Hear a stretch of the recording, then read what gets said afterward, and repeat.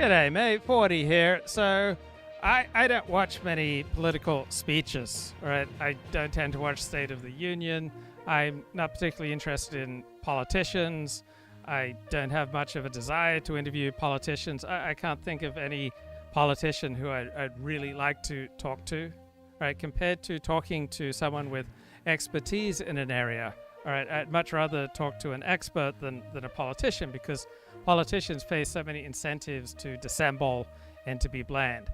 That said, all right, I did take in a great deal of Trump's effectively a State of the Union speech last night at twice the speed, and it was tremendously entertaining. It was like a cultural event, and the Democrats wouldn't stand up and cheer at that story of that little boy overcoming brain cancer, and he wanted to be in law enforcement, and he was inducted on an honorary basis into the United States Secret Service by the head of the Secret Service, and then he reaches out and he hugs Paul Curran. I mean, whoa, that was incredibly moving, and not one Democrat stood and applauded for that. It just seems bizarre. And then the other thing that's interesting is there an extra number of Roman Catholics publicly going out on Ash Wednesday with ash on their foreheads? So I saw Sean Spicer. Does Brett Baird do this regularly? Is there more openness?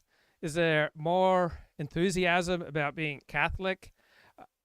Are we seeing a vibe shift? Are we seeing a return to more traditional values? Are people more at ease with openly, publicly observing their religion and taking it out into the public square? So we're probably seeing a dialing back of Black Lives Matter activism and trans activism and affirmative action and DEI. And are we seeing a dialing up of more traditional identities, such as Roman Catholic? All right, open question. I don't know, but it feels like something's going on. All right, so Halperin just sent out an email saying, you need to read this email. And he shared a former Democrat who wrote into Mark, says, I watched the speech last night and on to Uwe this morning. I'm a Democrat. My immediate family, my siblings are Democrats. We did not vote for Donald Trump. Last night for me was my breaking point. I watched with my husband as my fellow Democrats sat there either stone-faced or seething with disgust, while the family of Laken Riley was honored and a young boy with cancer became an honorary Secret Service agent. I mean, just the idea of a 13-year-old boy having to struggle with brain cancer and having hopes and dreams to serve in law enforcement, just whoa. And his, children with cancer. Okay, I'm switching parties. It's been coming for a while, but that was the moment for me. I have a young, all right, this has to be a woman writing. I have a young family member that was the victim of an assault. Our family in law enforcement, we've all been touched in the same way by cancer. I've not been able to come to terms with what I witnessed from the Democrats last night. It was surreal. It's like an episode of Scooby-Doo where they put off their mask and they showed you who the villains really are. Wow. So this woman no longer identifies as a Democrat. And I can see why. It was just, it was bizarre and so incredibly self-defeating the way the Democrats reacted. As a woman, as a mother, as a human, I'm just done. When I heard Nicole Wallace's heinous remark, I said to my husband, who are these people? They don't represent me anymore. They're not who I am. I can finally admit to myself that despite my dislike of Trump, I begrudgingly admit I support some of what he's doing. Can't think of much I support that the Democrats have been doing for a long time. I don't even know what they stand for now, except for the right to choose an abortion and men having the right to invade what were once my female personal spaces. I admit I smiled when I saw the First Lady. I cried when the boy hugged the Secret Service agent. I mean, how could you not choke up seeing that boy hug the head of the Secret Service? I realize I've missed this quintessential American feeling of pride. So this is the porous identity at work, right? Where we recognize that we're not just, you'd have to have a buffered identity, all right, to behave as the Democrats did last night, all right? The buffered identity says that we can determine meaning, purpose. We can essentially choose our own emotions. We decide what's right and wrong, and we can do this all within our own buffered cognitive identity. We can choose all these things. We have that cognitive power, and we have that responsibility to choose right from wrong, to choose meaning and purpose, to choose what we cry about, to choose who we stand and applaud for. Now, the traditional conception of the self is that it is porous, okay? So that what goes on with that little boy affects me. All right, that 13-year-old boy who was struggling with brain cancer. I mean, a child with brain cancer is just heartbreaking. I don't have that buffered identity. I just hear about that boy and my eyes well up and I'm just overcome by emotion. And right? If you have a porous identity, if you understand that what goes on over there affects me, when I hear his story, when I look at him, and I look at him hug the head of the United States Secret Service, and it was such a kind thing to do for that boy to make him an honorary member of the United States Secret Service, and the way he clung to Paul Curran, the head of Trump's Secret Service. Paul Curran is in the Trump photo. He was right beside Trump when Trump was shot in Pennsylvania last July. All right, that's because what happens there affects me. All right, the things that you say affect me. The things that you do affect me. Now, obviously, some things affect me more than others, but I have no delusions about having a buffered identity and just being above it all. I'm not above it all, right? I live life with people, with community. There are some people who are so incredibly important to me that I never talk about them or allude to them on a live stream, right? The most sacred, vital, emotional, meaning intoxicated segments of my life I often don't talk about because I surround them that they're sacred. In traditional ways of life, such as the Jewish way of life, the more sacred something is, the more you protect it, the more layers you put around it. So particularly women, particularly beautiful young women, right? Their standards of modesty in most traditional approaches to life, right? You kind of wrap them up. You wrap up a Torah scroll, you wrap up women, right? If something's vitally important to you, you wrap it up and you protect it. So, but just because I don't talk about it doesn't mean it's not constantly affecting me. Right, the relationships that are most important to me that I do not discuss on a live stream, right, I have them with me when I wake up in the morning and go take a cold shower, and I start thinking about topics that I want to discuss on a live stream, or when I'm going for a walk, I'm listening to a podcast, I'm listening to music. If I was hiking in a national forest, that this has occurred to me, and I'm hiking, I don't see anyone for hours, right? Those most important relationships are still with me. They're in my heart, they're in my soul. They make me happy as I grow old. You are my lover, you're my best friend. And so to be buffered means that you can take in a story about that 13-year-old boy with brain cancer, and it doesn't get to you. It doesn't affect you. You are not going to applaud. You are not going to stand up. You are not going to recognize the heartbreaking nature of what's going on with that lad, because you're buffered. You're not going to give Donald Trump any of those wins. And so you sit there. I am a rock, essentially. Right? That's the cognitive buffered approach to identity. I am a rock. I am an island, and a rock feels no pain, and an island never cries. And so the Democrats were rocks. They were islands. They didn't cry. They weren't heartbroken by the story of that boy. They weren't moved. They didn't show any visible signs of distress. There were just so many heartbreaking or emotional moments from that Trump speech. So many hilarious moments. It felt epic. Like, when are we going to see something like that again? Once again, I've never seen anything like what happened last night. So Let me just get my act together here. Mentioned earlier today, he met with Senate Republicans, and one idea in the Senate, Laura, that's being floated right now on how to make those cuts permanent is to do a rescission package in order to claw back some of these funds that have already been appropriated by Congress. Now, the other part of this meeting is likely to give lawmakers a chance to ask Elon Musk some pretty direct questions, some concerns that their constituents might have back at home. We've seen some disruptions happening during town halls, whether or not these are paid activists, like Speaker Johnson has claimed. We're told that members will have some space tonight to ask Elon some questions about Doge's operations. Listen. I think we will also have an opportunity to share with Mr. Musk on some of the concerns that we may have on, hey, here's some concerns we're seeing in our districts, and have you thought about this, that, or the other? Tonight to ask Elon. So we'll see how long this meeting goes. A meeting earlier today with Senate Republicans lasted for about 2 hours, a very long time, and that was just about 50 people. So this one is going to be a packed house, and it might take a while to get through everyone. Laura? All right, Aisha, another long night there. Thank you very much. A Trump divorce. That's the focus of tonight's angle. Well, the polls and the reviews are in, and the president was masterful last night in tone and substance. Now, he was both serious and, at times, a little humorous. We've ended weaponized government where, as an example, a sitting president is allowed to viciously prosecute his political opponent, like me. How did that work out? Not too good. Not too good.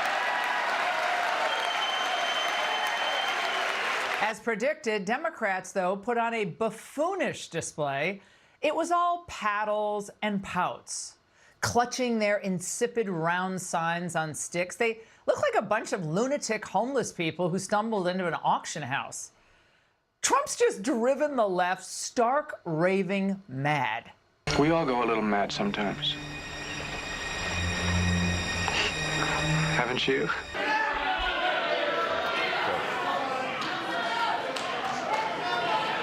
The slogan of Refuse Fascism is in the name of humanity. We refuse to accept a fascist USA. Elon Musk, and what the hell are you doing here in America? Go back to South Africa! Okay. Now, not only are liberals for war and against female athletes, apparently they're okay with telling immigrants, legal immigrants, that they don't like to go back to Africa. Okay, I just want to know the rules. Now, these are angry, petty people, and many of the same people who accuse President Trump of not upholding governmental norms and protocols back in 2020.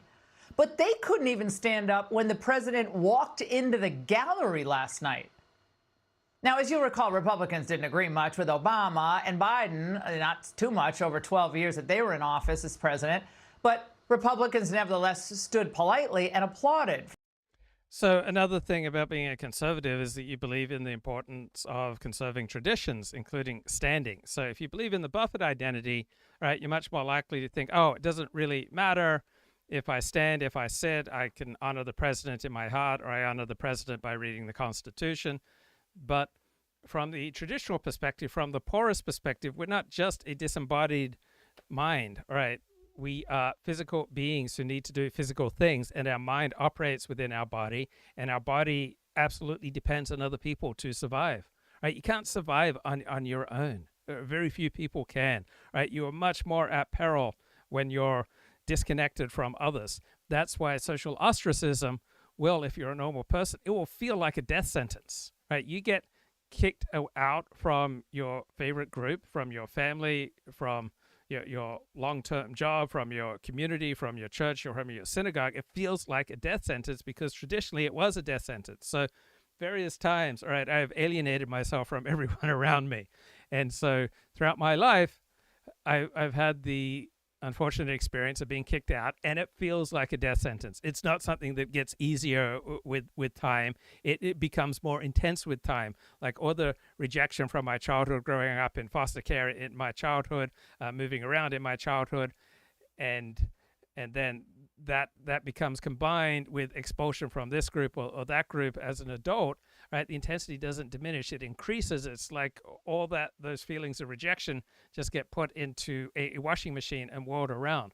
So as a conservative, as a traditionalist, as a nationalist, as a convert to Orthodox Judaism, right, I believe in the importance of rituals and physically doing things like standing up, where it's appropriate to stand up. When a great rabbi enters the room, you stand up. You comport yourself differently.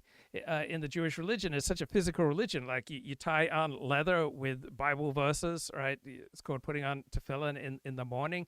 There's a particular way that you pray. You pray with your whole body because you're not just a disembodied heart or soul. You're a physical being, and so you need physical reminders. And the Buffett approach says, no, you don't need all this physicality and physical reminders because you can just rely on what's going on in your own head to figure out right and wrong. For the office of the presidency when they walked in for their addresses. But not these miscreants. Last night, they were happy to lay waste to protocol and tradition.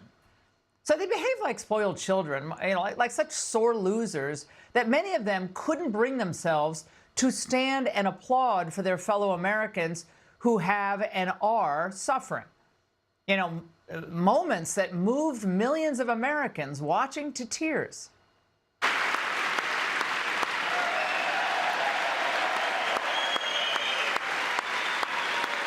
Thank you, DJ.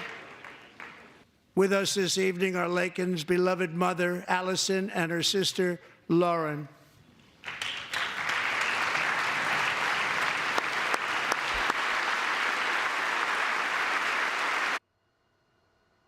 Oh, I love the song I couldn't stand. But again, they showed their true colors. And by the way, the pink, it didn't help soften their hardness. And by comparison, Trump came across as more likable and relatable than ever, even when he was calling them out after he mentioned his new HHS secretary. Since 1975, rates of child cancer have increased by more than 40%.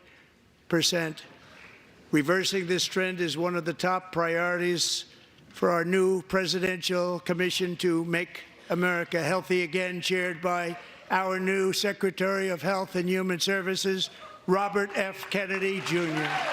With the name Kennedy, you would have thought everybody over here would have been cheering. How quickly they forget. Well, but the truth is... So I had a writing teacher who said that when you tell the truth, right, you feel the molecules in the air around you changing, right? It just completely transforms human relationships. And one reason that Donald Trump is so damn likable for some people, right? For other people, he's just absolutely repulsive, and I respect that and don't want to change anyone's mind. But for those of us who find that we quite like the guy, it is, we recognize he tells a lot of lies, but he also tells a lot of truths. And his performance last night was incredible, just on a performance level. If someone else had read that speech, it would not have been nearly as good. All right, because the speech was connected with who he is. All right, you pick up a book on how to become a stand-up comic, and one of the first pieces of advice you'll get is to locate your persona, and then don't just come up with the jokes. Like, locate who you are. Right, what's most important to you? If you want to go into talk radio or live streaming, right, locate who you are, locate what's most important to you, and then come from that place. And so that you have a recognizable persona, and then the jokes and the performance and the orations and the commentary, right, should come from that place. All right, I've got a persona, grew up in Australia. Right, that's kind of my persona. Even at 58 years of age, even though I spent most of my life in California, my early, most formative years were largely in Australia. I keep going back to Australia. As I get old, I have all this nostalgia for Australia, and it's just kind of a useful persona with which to encounter the world in the big bad city of Los Angeles, surrounded by city slickers with all their book learning. So you find that persona, and then you deliver the jokes, you deliver the commentary from that particular identifiable place. And that's what Trump was doing, right? He was coming from a very identifiable place, and it was a masterclass last night. Wow. As we've said for many years, this Democratic Party has next to nothing in common with the party of JFK or even Bill Clinton. It's morphed into an amalgam of fringe ideologues and radical anti-American maniacs. And most of them truly loathe this country, which is why they insist that America is systemically racist and why they treat criminals like George Floyd like folk heroes and drag queens like cultural icons. But the good news? More voters are on to their twisted game, and last night was just another nail in their political coffin. I look at the Democrats in front of me, and I realize there is absolutely nothing I can say to make them happy or to make them stand or smile or applaud. Nothing I can do. Ain't that the truth? So as liberals sat on their hands or their tepid applause and clutched their paddles, Trump laid out a bold vision for an America First future, with a recap of a lot of the progress already made. Illegal border crossings last month were by far the lowest ever recorded. The media and our friends in the Democrat Party kept saying we needed new legislation, we must have legislation to secure the border. But it turned out that all we really needed was a new president. So who else brings the joy of major politicians today compared to Donald Trump? All right, I can't think of anyone else who brings as much joy, as much humor, as much compelling content, just his ability to just stage events and spectacles. He's an incredible TV producer. Right, here's another email that Mark Halperin received a few days ago.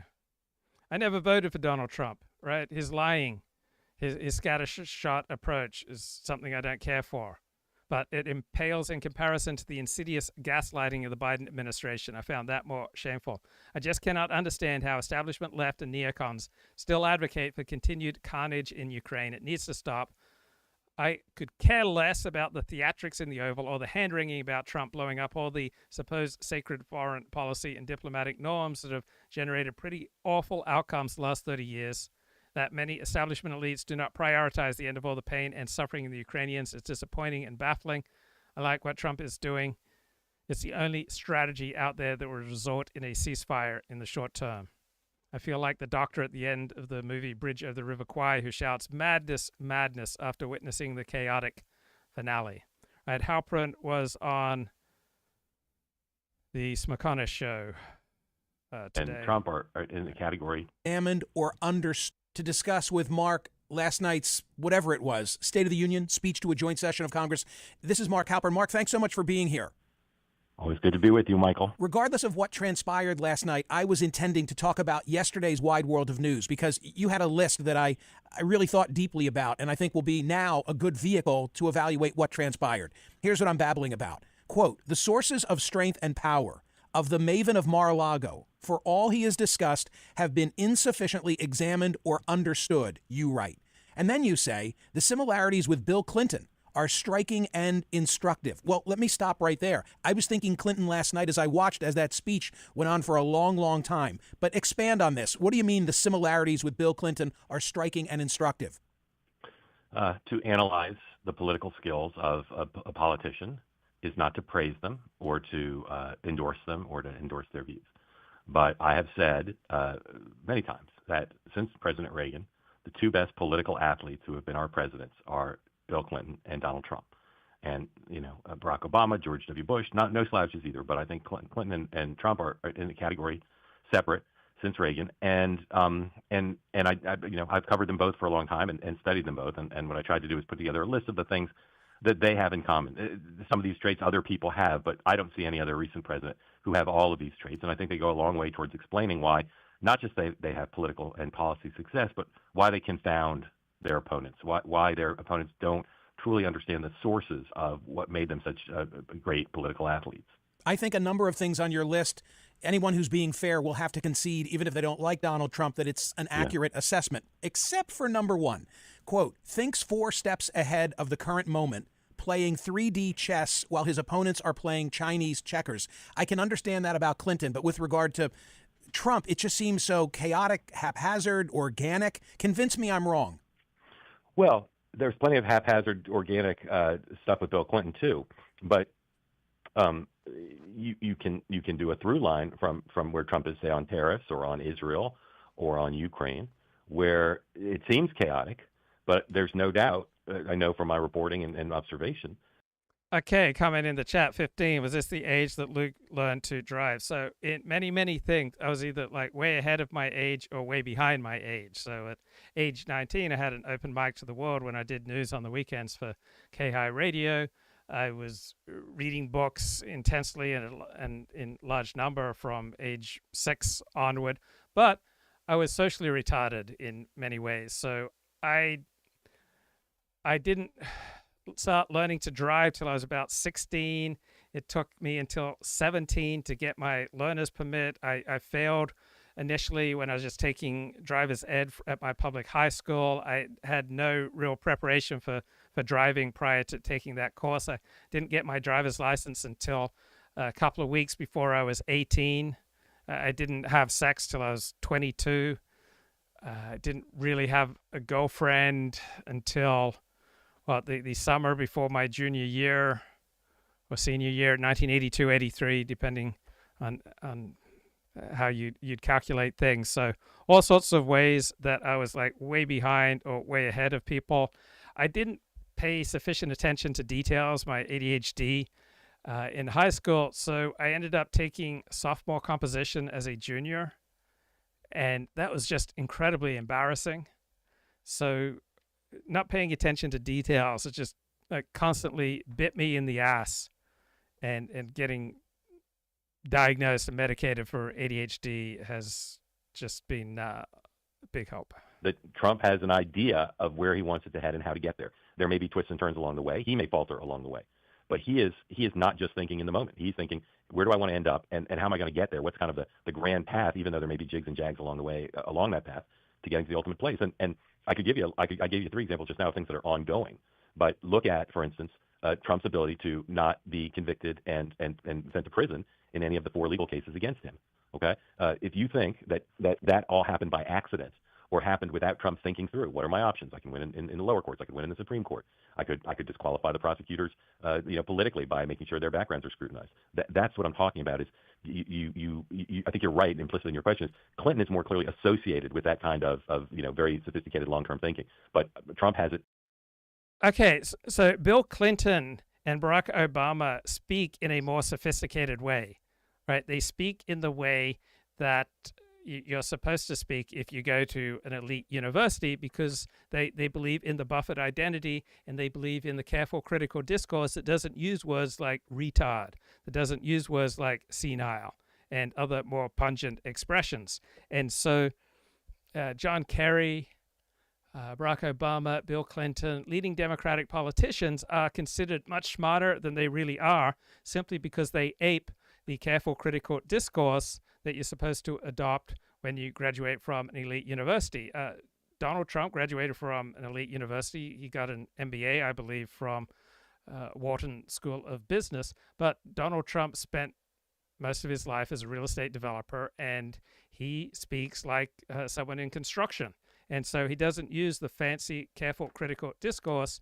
And as the political scientist Michael Cochin, who was on my show last week, as he said on Twitter, you can't accurately describe reality without violating the tenets of political correctness and careful, critical discourse. I mean, when did it become just assumed that the R word, that the word retard, was just absolutely socially unacceptable, right? That's only been considered unacceptable among a tiny elite, right? So Freddie DeBoer writes on Substack, stop asserting social consensus about language rules when they do not exist, right? Retard, right? That's part of being alt-right. No, it's how many normal people speak. Now, whether people should speak that way or not is another thing, and everyone would be appalled if that is used directly at a person with a cognitive or developmental disability. But in my experience, it's never used that way, right? And so for people in the news media, all right, saying retarded is a sign that you are alt-right. But that's absurd. It just means that you went to school, middle school, right? So there is this widespread assumption among media elites and other elites that all sorts of words are just completely unacceptable when they're not. They're only unacceptable to a tiny portion of our population, those with elite educations. Right? If saying that just because you use the word retard makes you a MAGA freak, all right, then you're completely out of touch with reality, right? People on the left insist that some belief that they have or some language that they use, right, is the only option for any decent person, when in fact the opposite is true, right? Common people use different language and have different beliefs, right? They might believe in God. And so it's annoying when our elites and when our media elites and our academic elites and our teachers, right, and our HR departments insist on all sorts of things that are not widespread moral norms, right? Stop asserting norms that are not normal, right? Stop asserting that it's radical or fringe to say the word retard. Stop asserting as though that term is just so far beyond the pale in American life, right? It's only beyond the pale in hyper elite educated inner city circles of lefties, right? They're the only ones who are fully read into what are our latest rules about speech. So Mark Halperin even did this when Dan Turrentine a couple of weeks ago talked about a shirt being a wife-beater T-shirt, meaning a T-shirt with no sleeves, and Halperin had to jump in and say, not saying that we condone domestic violence.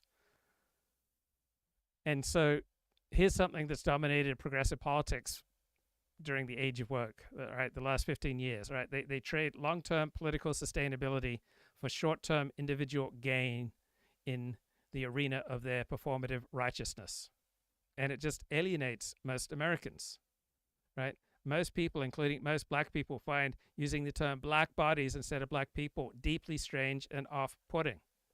Latinx, deeply strange and off-putting. Respecting people's pronouns. So I love the TV show The Pit, which is on HBO. But it is dominantly a left-wing show. And the good people, right, they follow preferred pronouns and they change people's gender identity according to the trans choice, and they push conservative women to allow their underage daughters to have abortions, and Trump supporters and all those who don't go along with the progressive orthodoxy or the conventional media public health announcements about masking up, and they just portray Trump voters and those who are skeptical of vaccine mandates and public health mandates that curtail individual freedom, right? Just expressing some skepticism about those things, and you get portrayed on this excellent TV show, The Pit, as a total moron. But why is using the word retard better than moron? Right? It's bonkers that people on the left and Democrats are not, having any sort of postmortem about the woke era, the social justice era, about how the specialized language that they insist on, that the norms that they insist on that are not normal, make them look like freaks to regular Americans. Right? And I certainly do not want people to use the word retard or retarded to mock those with disabilities. I don't want people using words to hurt people unnecessarily. But this kind of language is a durable, widespread part of the human condition. Right? People will sometimes deliberately become somewhat offensive to achieve intensity. And it's not equivalent of flinging the N-word. But even if people do use that word, right, in different contexts, it's just a way of making life more intense. And we're supposed to just keep climbing on the euphemism treadmill. And it gets tiring, right? I want to get off the bloody euphemism treadmill. Don't tie me to the euphemism treadmill. I want to be free. I want to soar like an eagle. Right? We have the word retard for a reason. It is a clinical word. It was introduced as a term for people with cognitive and developmental disabilities precisely because it was seen as softer, less stigmatizing, more clinical, more technical than terms like moron or idiot. Right? And if there are more humane terms and people want to use the more humane terms, fine. But language is always in flux. It's never static.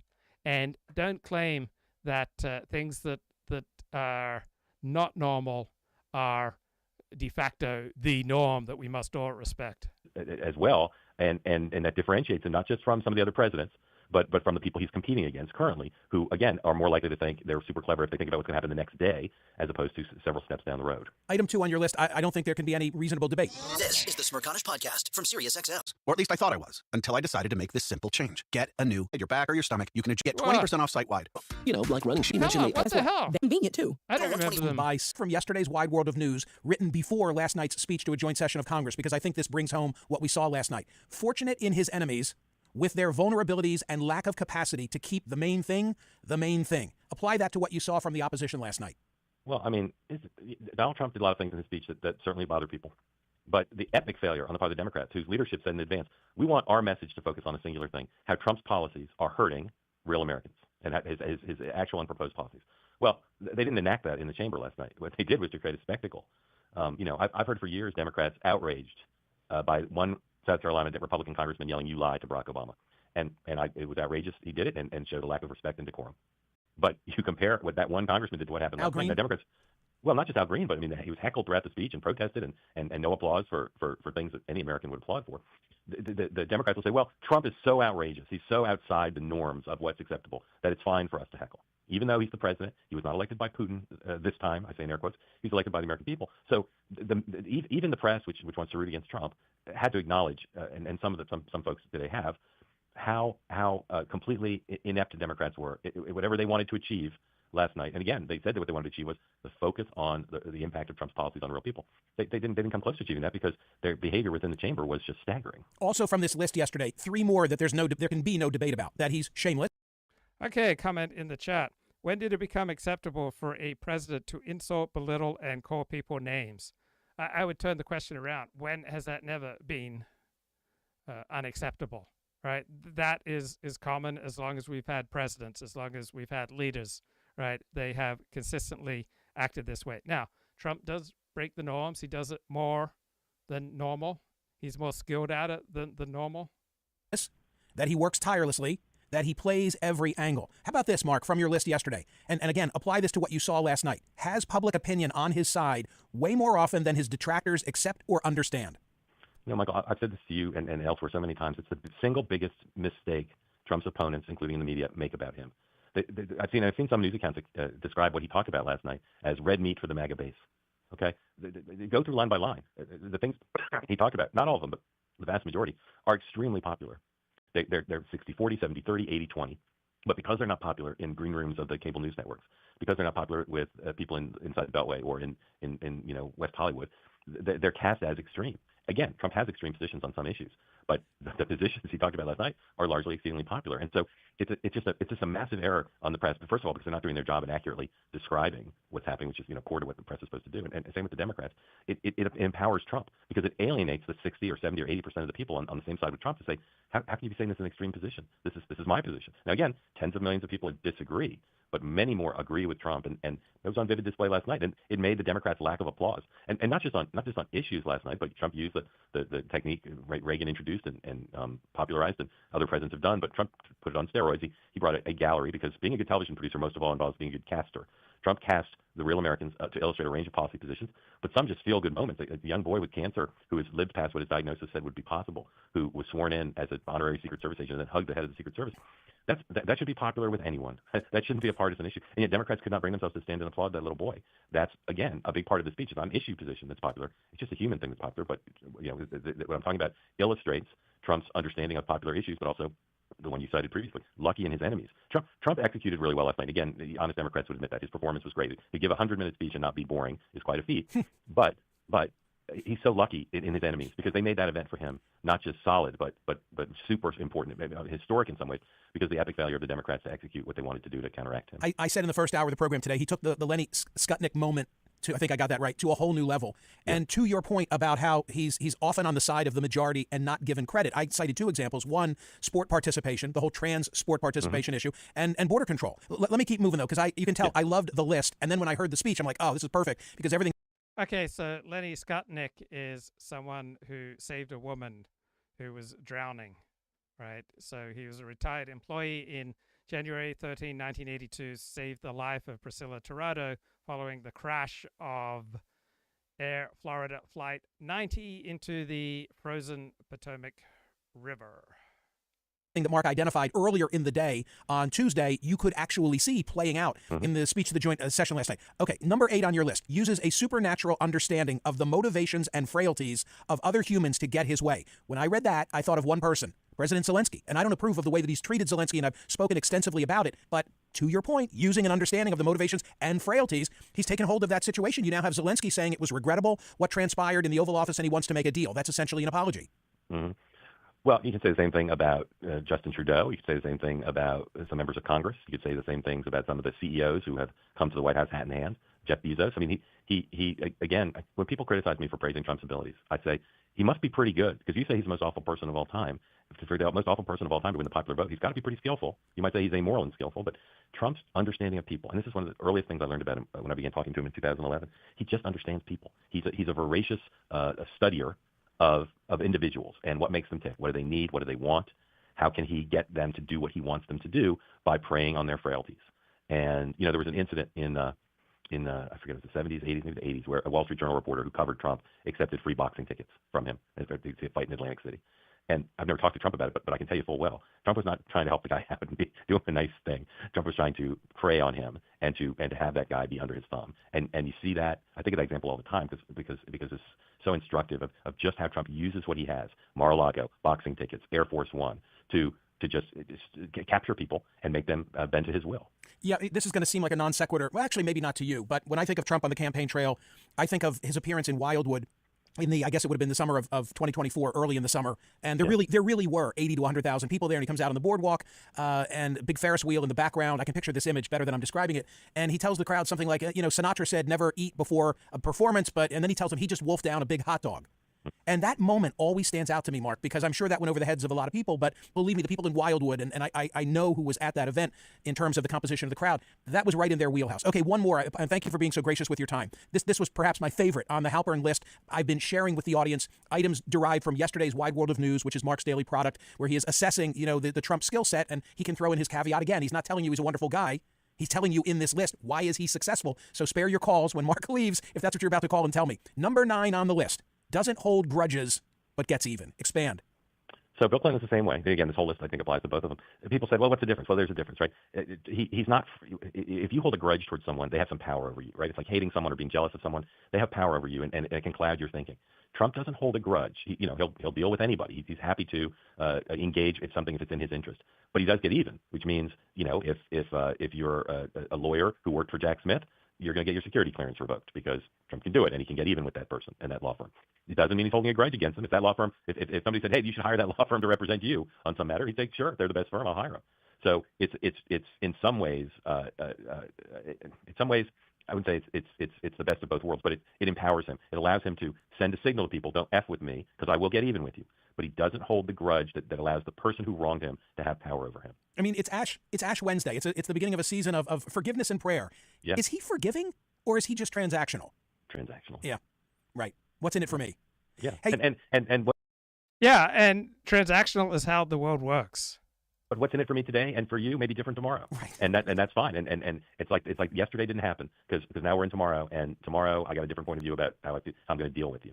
Before you leave, will you offer the Okay, some great moments on today's Commentary Magazine podcast.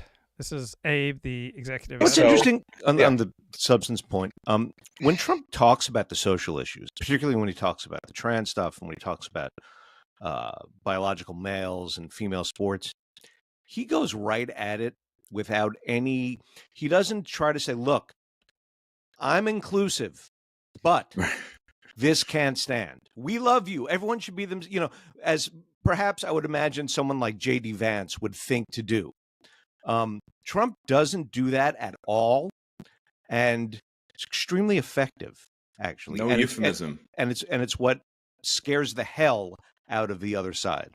So there's also we should also note, by the way, that he, in substance-wise, he answered Christine's question. Right. So Trump is not exhausted climbing the euphemism treadmill.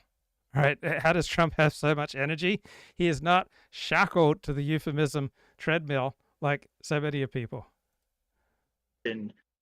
Asked 12 hours earlier on yesterday's podcast, which was, will he make the argument explicit that there will be some pain from the tariffs and there will be some adjustment period, but you have to sort of stick with me? And he did make that. That was the other substance. There will be disturbances. There will be disturbances. And we're going to troll Donald Trump. Yeah. What possessed them to think that this was possible? What possessed them? He was so ready for the disturbances. They were telegraphed in Axios the morning of the speech. The Democrats told Mike Allen, this is what we're going to do. We're going to have props. We're going to stage walkouts. We're going to disturb the speech. And Trump was ready for it. And he just played into it. And the idea that you could out-troll the troll meister is completely filled with hubris. And so this was a terrible night for the Democrats. I thought it was a good night for Donald Trump. It was a terrible night for the Democratic Party. I honestly, I mean, you put it right, and they were ready and all of this, but it is sort of like, here, let me hold up a baby. Why don't you throw an egg at a baby? Here's a 13-year-old cancer. So here's a kid who was desperate to get into West Point. Welcome into West Point. Like, it's not like they didn't know what he does. He did this every State of the Union. He turned every State of the Union into an Oprah, you get a car and you get a car and you get a car. It was his fifth speech before a joint session of Congress. There's nothing new here in how he structured this, including, by the way, it was incredibly emotionally compelling. And it's not as though emotions are just inherently inferior to thoughts. Right. Often emotions are a much more reliable guide than thinking, and sometimes thinking is a more reliable guide. But you need both, right? You get a lot of energy and you get a lot of wisdom from emotions, right? Just like you need alone time, you need time with other people. The norm is to spend 10, 12 hours a day around other people. But if you have the privilege and you enjoy a few hours of solitude a day, all right, that may well work for you. The final peroration of the speech, which sort of like Melania Trump's plagiarism of somebody else's speech, was literally the ending of the inaugural address that he delivered 43 days earlier. Our settlers went across in covered wagons, and now we're going to go to Mars. So it's not like Trump has innovative game. Yeah, but that was 43 days in human years, and in dog years. I have how it feels. Yeah. I have another question. Yeah. What happened in those 43 days? Because at the inaugural, the Democrats did join the honor procession. The Democrats did participate. Amy Klobuchar was there. Chuck Schumer was there when he signed the documents. All right, so Matthew Continetti is a pretty middle-of-the-road commentary magazine, National Review conservative, but he is outstanding in his efforts to be fair to all the various spectrums of right-wing thought in America. It's making him our 47th president. They didn't even join the procession when he came down the aisle, as is typical of our history. And I just want to take a step back for a second.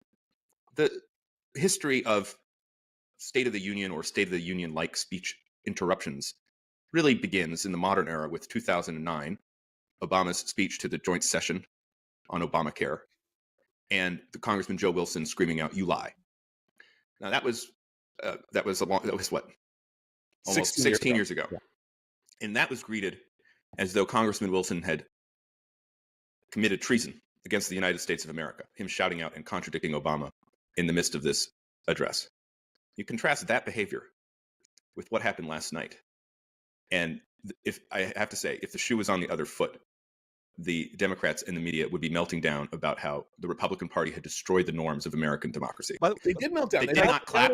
They did not walk down the aisle with yeah, him. yeah. They screamed and yelled. The old man with the cane had to be escorted from the building. Why? For what? I want to add to this, just so it doesn't get lost on us. Before the speech, don't forget, there was this scripted Democratic campaign of videos where you had them all saying, "S, that ain't true." Yeah. Right? If you talk about the destruction of norms and the degradation of political discourse, and also another sort of failed trolling effort, I mean, a really cringy, horrible idea in and of itself. Well, so they did say that everything was broken when Marjorie Taylor Greene, either last year or the year before last, remember she was wearing this white coat with a fur collar, and she stood up and started yelling at Joe Biden.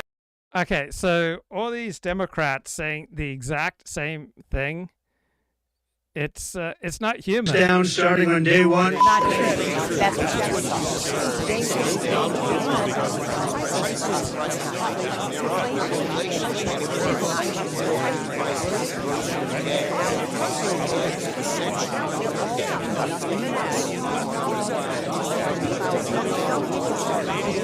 Right, the point is they're all saying the same words.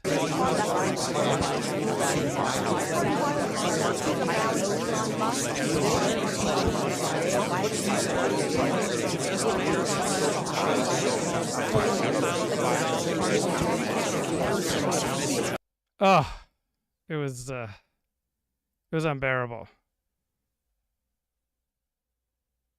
Right, I mean, who do the Democrats think they were dealing with? It is normal. I'm sorry, guys. Let's get with it. He's been in our lives for a decade now. I have spent a decade waking up every morning thinking, what did Donald Trump do today? What am I going to say about it? How will people react to it? What might happen tomorrow? We have to just realize that this is our life. This is our country. He is the president. He was reelected. He won every single swing state. He won the popular vote. And so the Democrats are in this time warp where they think it's still 2016 and they still think it's 2017 and the Pussy Hat March in Washington, D.C., when it's not.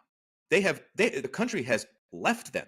And I think you're right. I think there's some Democrats like Mark Warner, who's facing re-election, who's going to say, yeah, immigration is important and we should acknowledge there's been progress on the border. I'm sure John Fetterman thinks the same thing. But when the camera panned to that side of the aisle last night, I saw honestly a Democratic Party I do not recognize at all. It is a Democratic Party of the far left, of the university campuses, of So you do recognize it. You just don't recognize it as the Okay, here's supposed to be a killer soundbite from Right Wing Watch. It says, misogynistic Christian nationalist pastor says, I don't want to see women in the public sphere.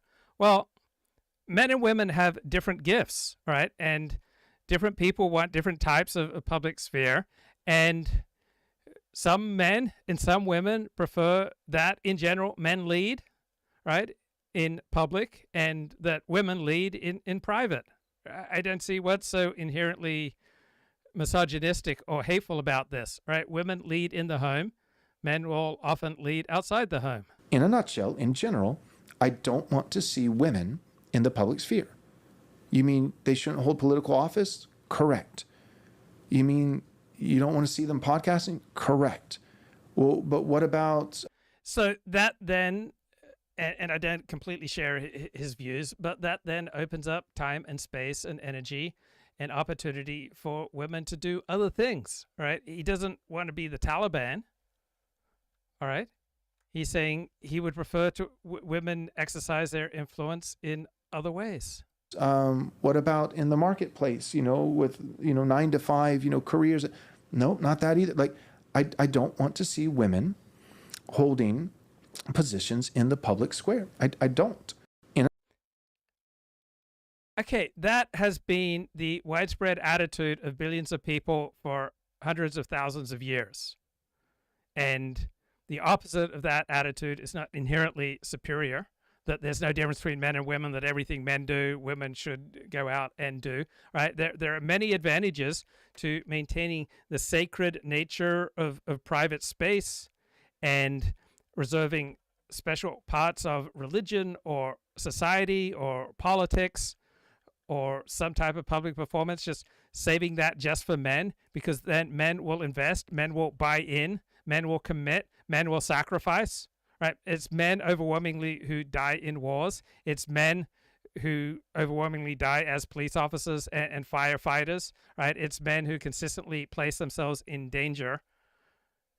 And if you want those benefits of men being willing to risk their lives to protect, then that comes with a price. You have to maintain some things for men. You have to give them a specific role, or they're just going to drop out.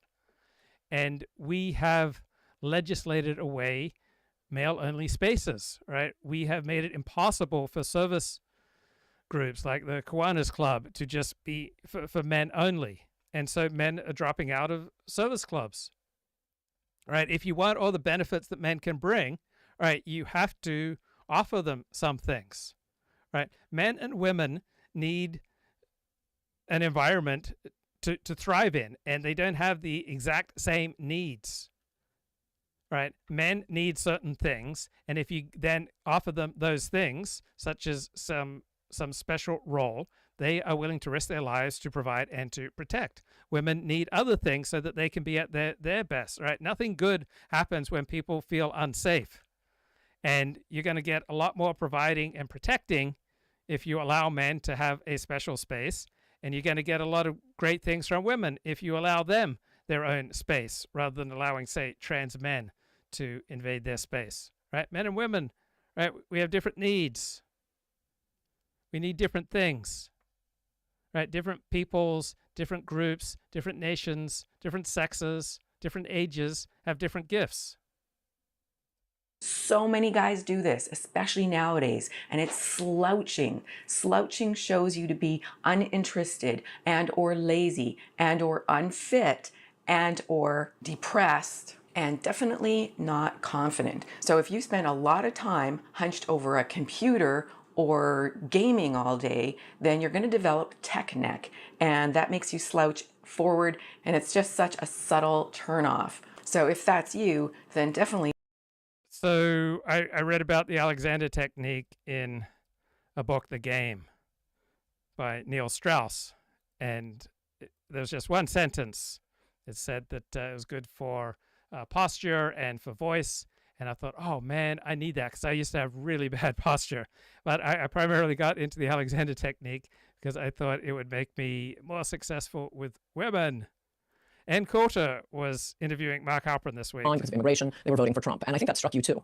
It did. I mean, it was an incredible experience that people come on, and we call on people without knowing, unless they're repeat participants. We call on people without knowing. And oh shoot! No! What did I do? Participants, we call on people without knowing. And you think if you called on a young black woman or a young Hispanic man, you'd think they would have been for Kamala Harris. But almost comically, almost to a person, not everyone, but many, the majority who came on were for Trump, and they would explain so well, so articulately. And again, these are just community members parted two-way. We're not booking them. We're not, pre-selecting them. We're just bringing them in. And in politics, which is, again, not all of two-way, but it's been a big part of our launch, I agree with you that I had not just an understanding of Trump's chances, but why he had such a good chance. Far more textured. Almost any hour of our show, I learned more about the state of the race than reading the New York Times for a month, because people were bringing their authentic voices to the conversation. And the other thing I'll say is, we hear from people on the platform all the time who voted for Kamala Harris, who are liberal. They say they understand it better. Their liberal friends are freaking out. How could Trump have possibly won? People on two-way who were liberal said, well, I get it, because there were people on here who were not, if you pardon the joking shorthand, not MAGA crazies. They were people that they could relate to. And, yes. And that prepared them. So I really love the platform. As a reporter who can't always get on an airplane and go talk to people around the country, this brings the whole country under one electronic roof. And whether you're a reporter or just interested in the country, I find it to be unlike anything I've ever experienced as a journalist or as a citizen. And we're going to get to the argument I have with you on Eric Adams, but you reminded me of a few more general questions I wanted to ask you about. You're known for... What the truth was, I did have one piece of it, which some considered ended up being wrong, which was Biden was not supposed to endorse Harris. He wasn't. Okay, this is Ann Coulter speaking with Mark Halperin. Mark Halperin broke the news about Biden dropping out. Republican who just happened to know something about what was going on with the vetting of potential running mates for Kamala Harris. And off of that tip, I just old-fashioned leveraging. Call somebody and say, hey, I know this. What do you know about that? What else do you know? And people wondered whether I had it right or not initially. I would never report something that with that much gravity without being sure. And I just worked my sources until it became clear what the truth was. I did have one piece of it, which some considered ended up being wrong, which was Biden was not supposed to endorse Harris. He wasn't.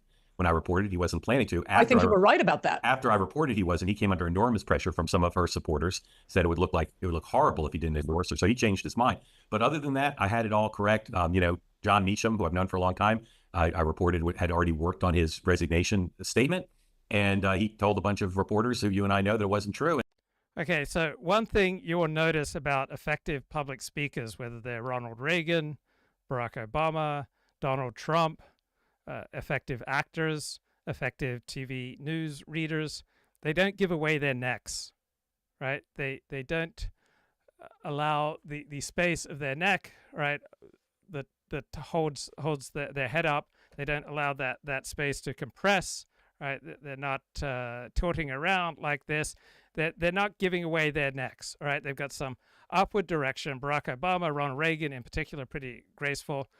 But there aren't weird things going on with the neck, right? The accomplished and effective public speaker is able to stand and deliver without engaging in weird, interfering muscular tension patterns, without the head tipping back, compressing the neck, without the head lolling from one side to another, right?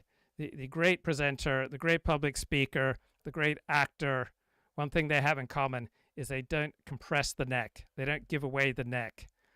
They're not doing weird things with the neck. The head isn't rolling around doing weird things on top of the neck. And I felt very, very sad about that because it was true. And I knew it was true because I talked to two people to whom John had shown the speech. So it was a little bit lonely for a couple days because no one else matched it. But like I said, I was quite confident in my reporting because of the nature of the sources. And it was just old-fashioned, take one tip, build on it, take another tip, keep building. Well, then you are the person to answer the question we've all been wondering for 4 years. Who was running the Biden White House? I mean, he mostly was. He had good days and bad days. Look at the State of the Union in his last year in office. He was reading it, and he was shot up with drugs. I don't know that he was shot up with drugs. I don't know anything about that. What I know is he was ad-libbing a lot of it in response to the Republicans. And even if you say he was just reading it, his read was not, reflective of someone who'd suffered acuity decline. I know people who are like this, and you probably do too. Most Americans do. The acuity decline comes and goes. There are good moments and bad moments. And so I think that during his good moments, he was running the White House. I think during his bad moments, some combination of a very top-heavy group of experienced people, the chief of staff, the senior advisors. There's about 5-6 people who I think made a lot of decisions that normally a president would make. But I don't think the government was secretly being run outside his decision-making on big issues by Barack Obama or Hillary Clinton or anybody else. They were managing it. Again, no one's reported this the way it will need to be by history. They were managing his day so that decisions that had to be made by the president could be made by the president when he was in a good enough mental shape to make them. The reason I can test that isn't just from watching the presidential debate, and I wouldn't have said Hillary or Obama. My impression is that it's a group of pretty far left progressives. It's more. Okay, so accomplished public speakers, right? What are some of the traits that they have? They tend not to bobble their heads. They tend not to move their heads around. So when most people talk, right, they move their heads and their necks and they gesticulate and they move their arms and their legs and they nod and they say something. Their head goes up and down and it's distracting, right? It's not effective.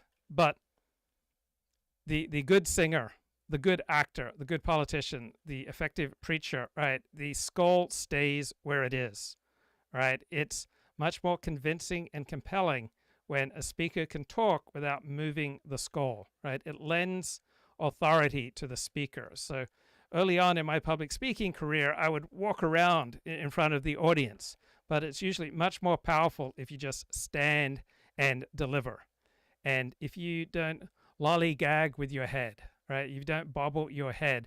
It will also change the tone of the voice and the timbre of your voice, right? So you can choose to move your skull on the joint between your spine and your skull, right? You can allow the head to nod a little bit without the neck being affected, right?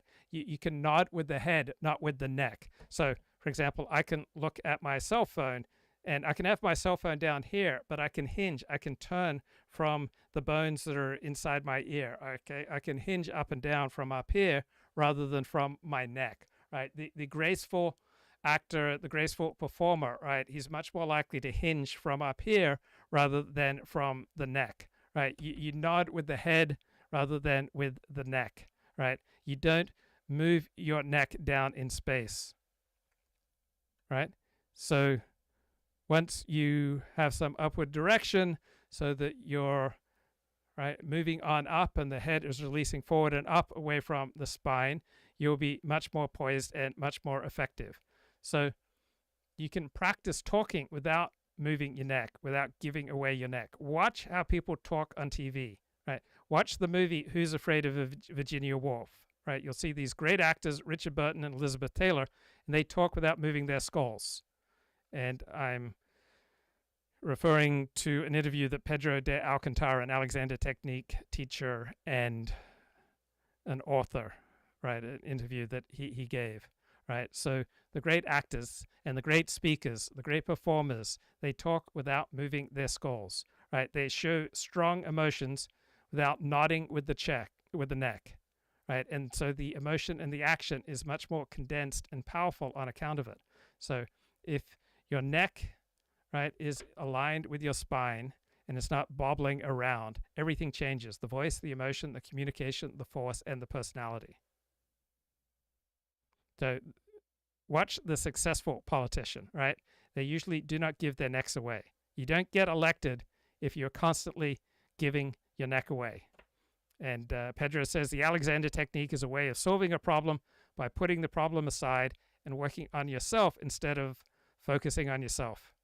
Instead of focusing on the problem, instead you focus on yourself, you calm yourself, you open up your mind, and if you do that, most of your problems disappear. Back to Anne and Mark. Based on 50 years of Joe Biden's history as a United States senator, and he was moderate. He was probably the most moderate Democrat. And I think if he realized the things being done in his name, from crime to immigration, to just the insane amount of spending and canceling student debt, I think the Senator Biden would have been shocked and appalled at what was inviting the transgenders to the White House.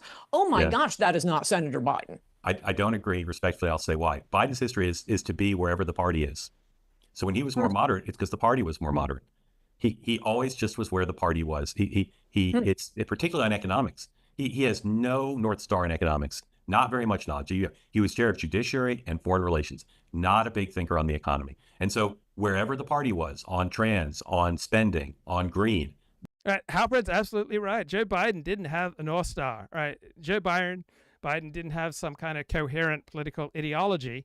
Joe Biden moved with the party. He moved with what was convenient. That's where he would be. So I don't agree that the policies he pursued were to the left of what he believes, because I don't think he really believes. I think he believes the important thing for a politician is to be where the party is at any given time.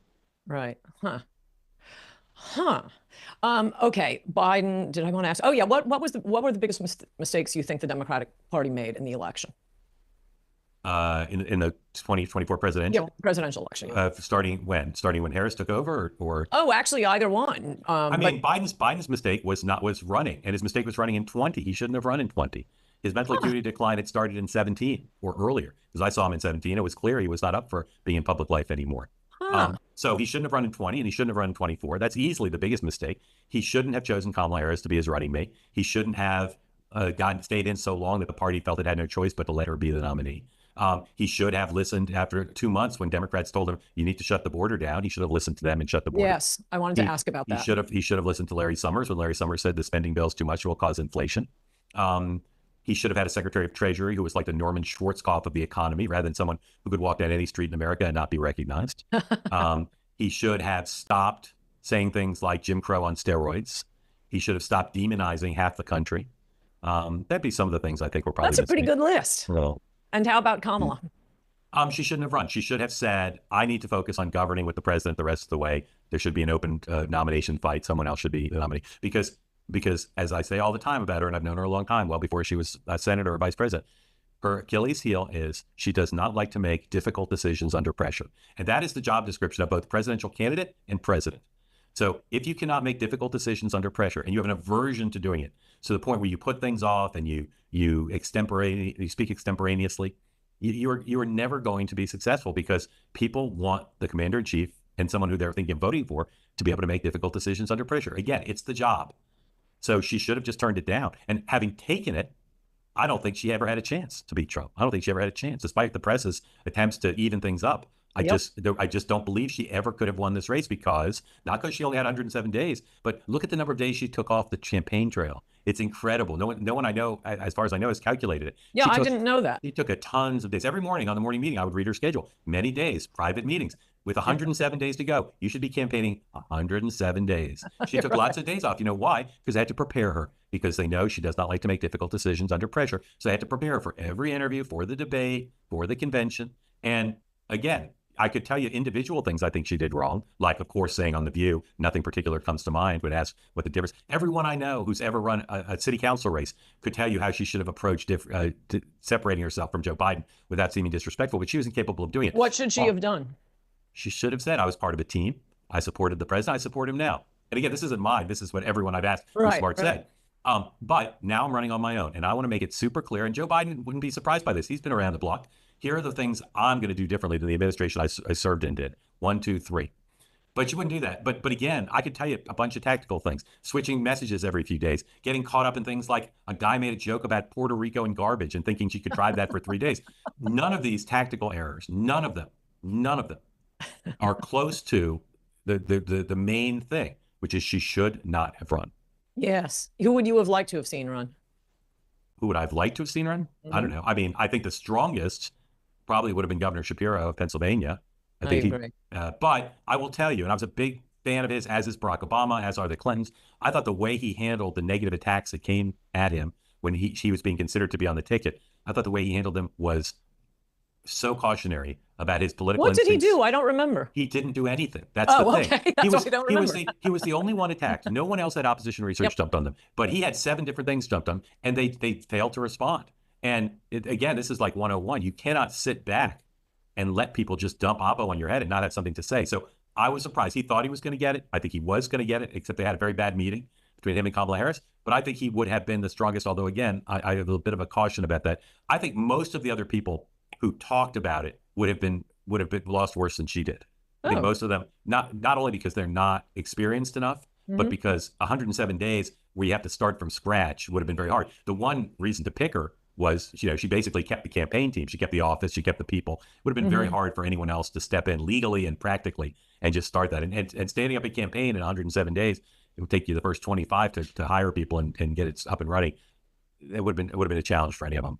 You know, it's so interesting to hear this now, because in retrospect, I mean, everything you're saying is true.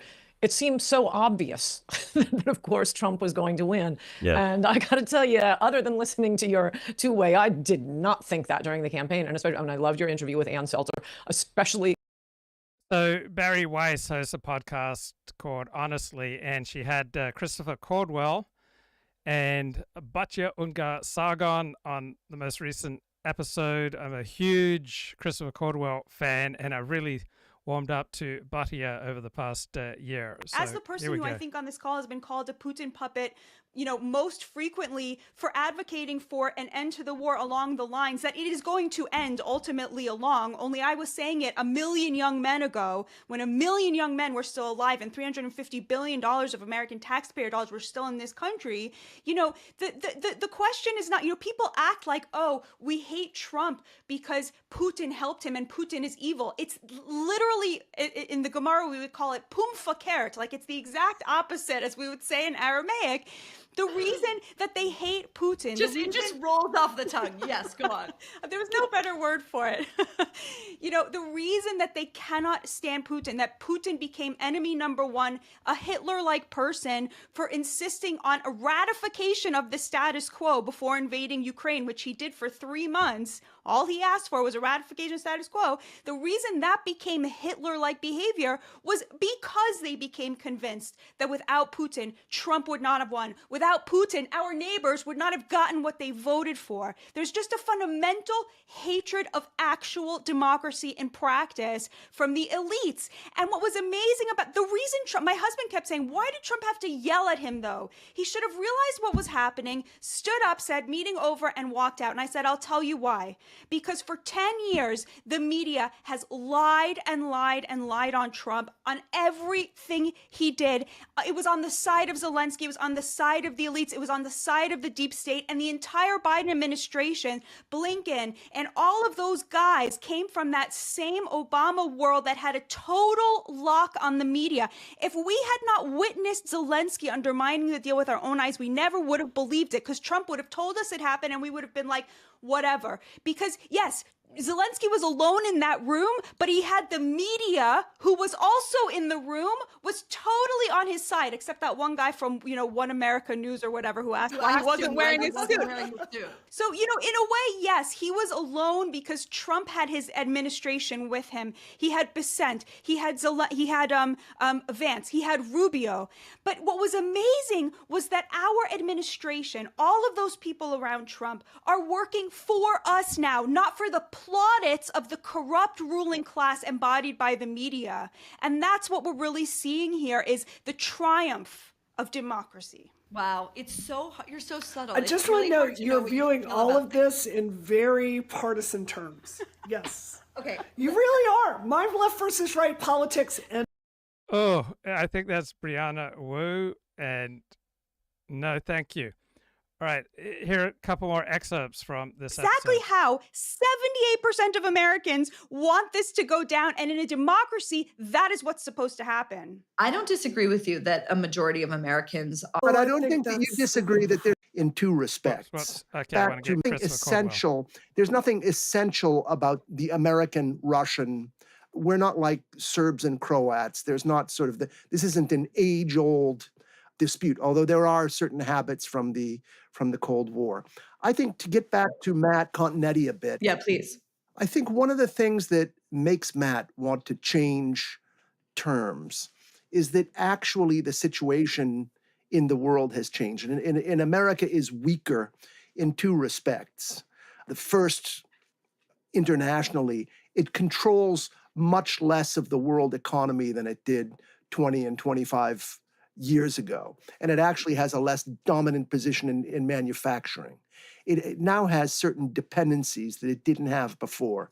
And it's tougher to, we have finally got Ukraine equal with Russia in terms of shells, but only by depleting artillery shells, but only by depleting our own. We've done the United States and the West in general have a pretty unimpressive manufacturing capacity. And the second way in which we're weaker than we were when we used the terms neocon and isolationist is that we're weaker internally. The country is really divided. And it's tough to think of anything that the United States could fight a war over that would get 60% of the public behind it. That's a huge weakness. And so a country in that position is going to be constrained to follow a more modest foreign policy than a country that has, just imagine the polling numbers that George W. Bush had behind him in the days after 9/11, or that his father had behind him in the days, when we were doing the first invasion of Iraq. So we don't have that now. We're naturally going to be a little less muscular on the world stage. So, Chris, let me challenge you on this. Clearly, absolutely power and help with that. I can't handle and as part of Russia, and there's a lot of discussion. I think war is that variable we agree is more important. Help get me there. Yeah, I have to say I disagree with both you and Barry about this. I really do think this is a border dispute. Really? And I think that the heart of the Russia-Ukraine war is old, it's deep, and it's So the Ukraine war is one of those issues that just splits people apart at the free press. Oh, Cyberview, thank you so much for the super chat. Gold mining stock, keep on giving, keep up the great work. 40, thank you, Cyberview. Right, I love Christopher Caldwell's analysis. Tragic. That is, I think it's about a real thing in the real physical world and not just about Putin's evil or Zelensky's corruption. I thought it was about democracy. Or anything like that. I think it's one of the consequences of the failed exit of Ukraine from the Soviet Union in the 1990s. And at the time, there was all of you are too young to remember this, but at the time, there was a lot of discussion of the war in the Balkans, but people said about Yugoslavia, you think this is bad. This problem is nothing compared to Ukraine. And the problem with Ukraine is that Russians had always thought about Ukraine as part of Russia, and that's the way Ukrainians thought about it. And Lenin, for his own reasons, created these sort of semi-autonomous looking nations inside the Soviet Union, which was, of course, was a very powerful top-down dictatorship. And when the Soviet Union ended, these governments went their separate ways. The problem is that the Ukrainian Soviet Socialist Republic had parts of it in it that were culturally Russian. And there was an attempt to try and settle that through a system of minority rights and leases, and no one really wanted to open the Pandora's box of redrawing the border. But so you had Crimea sailed off and Donbass sailed off attached to Ukraine. And as long as Russia and Ukraine had good relationships, that was not a problem. When Ukraine began to repress the Russian language, it started to be a problem. When Ukrainians overthrew their government with the support of the United States, and Talking about the Orange Revolution. Well, that was the first sort of street protest that led to a change of government. Then there was 2014, I'm talking about the Maidan Revolution. So in 2004 and 2014, I think the prospect came into view that Crimea, which is the military anchor of Russia's access to the outside world, could become a NATO base. And that was a totally unacceptable military outcome for Russia. This is really about a real military stake. Russia cannot permit Crimea to pass into NATO control. And it's something that it would fight a war with it. Now, to conclude, I think that what happened in 2022 is that Russia began, or 2021 and 2022, is that Russia began to get nervous that the United States was moving so much military capability into Ukraine that it would be able at some point in the future to present Russia with a fait accompli that would bottle it up in its tiny country. That's the Brzezinski vision, at least, of the problem. This was it, like, Sort of to say that was really understanding of it. I believe the person that he's described as Hitler, but the other possibility is, that a taboo is developed against it the way taboos develop. But what's at stake in the taboo? So the description of Putin as Hitler, as we've been discussing, the idea that to back Putin is somehow beyond the pale. And I'm not sure how these things grow up. I don't know why, sort of like, even if Putin were the person that he's described as in most newspaper accounts, which I don't think he is, but even if he were, the question of why we can't talk freely about Russia, it's an interesting question. Whatever the origins of it, I believe that it got much harder to talk about when the outgoing Obama administration published that Intelligence Committee report in the wake of Trump's victory to say that it was the understanding of American intelligence committees that Russia had colluded with the United States.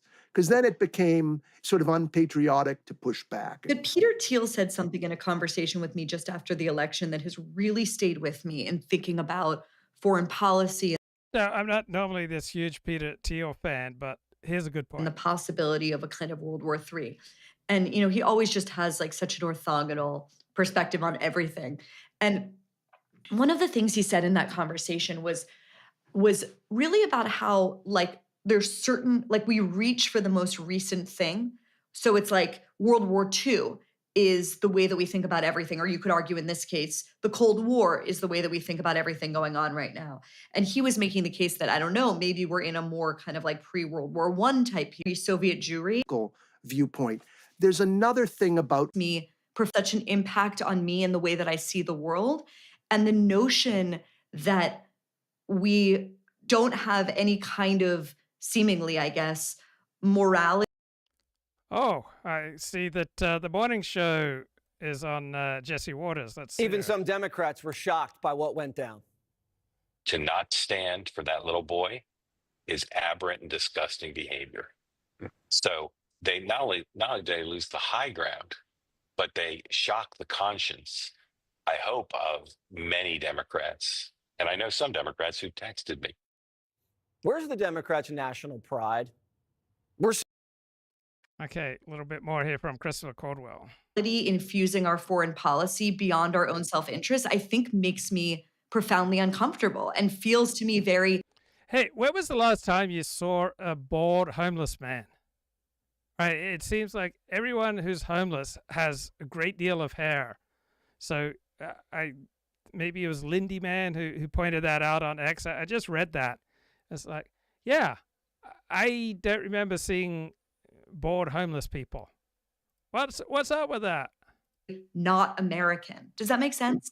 Yes, it makes total sense. It makes total sense, I think, for anyone, no matter what your political viewpoint. There's another thing about World War II, which is that World War II is really the last significant war we won. And the reason for that...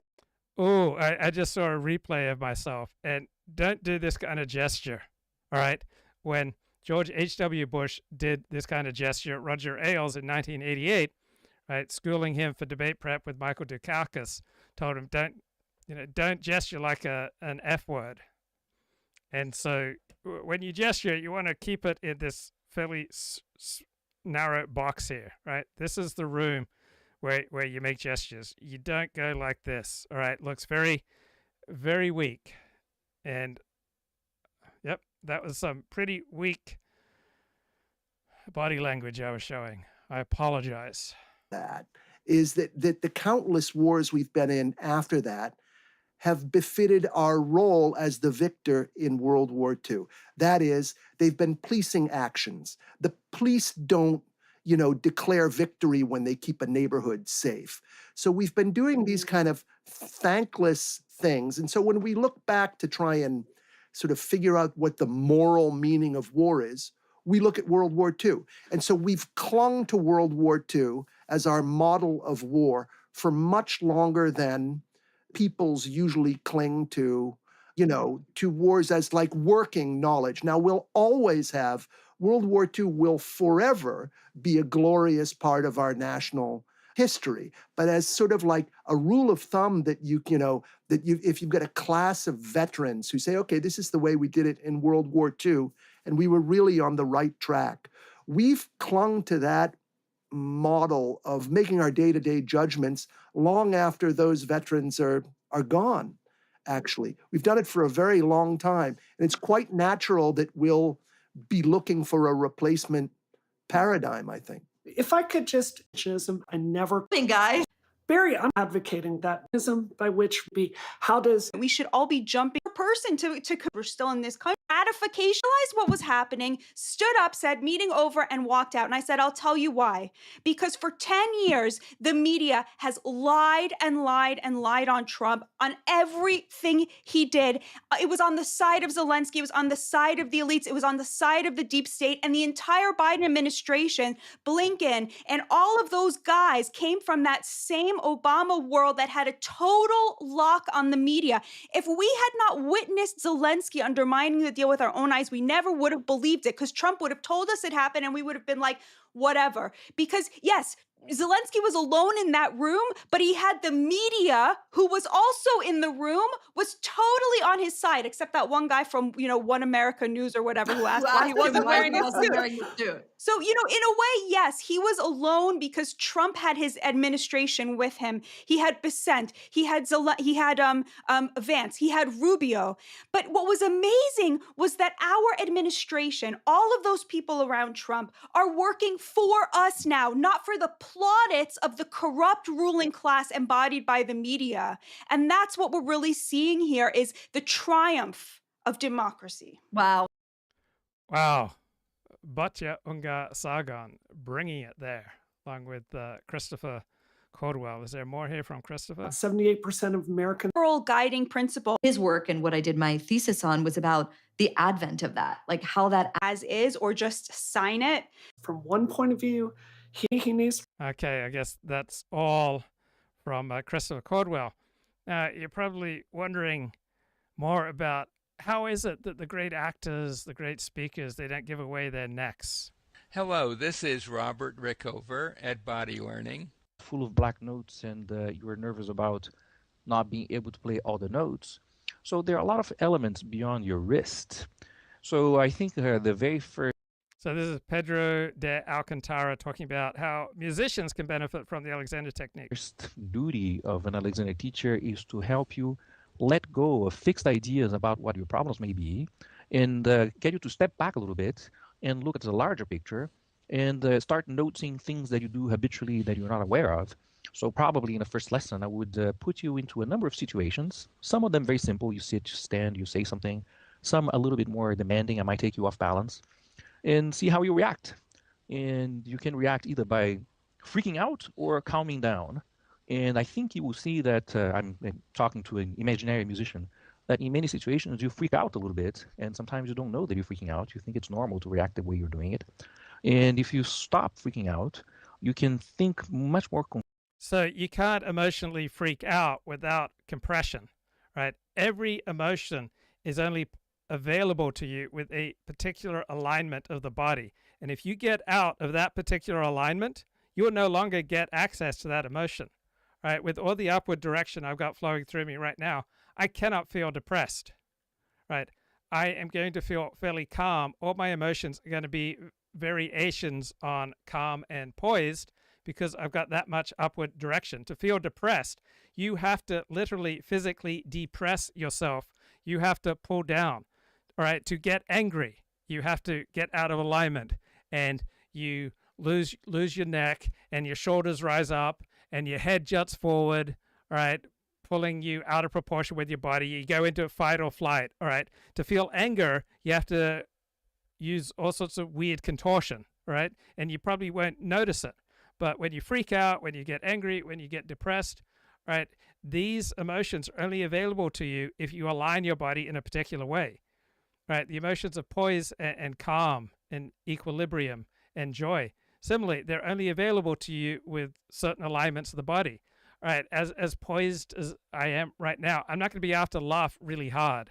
To really get into a good laugh, right, you're going to have to kind of pull down into it. It's going to convulse you, and as it convulses you like an orgasm, right, it's hard to lengthen and widen your spine and your body when you're orgasming, all right? The tendency is to pull down and into your orgasm. But on the other hand, when you feel an orgasm coming on, if you can stop tensing and compressing your neck and expand into an orgasm, there's a whole different quality of orgasm.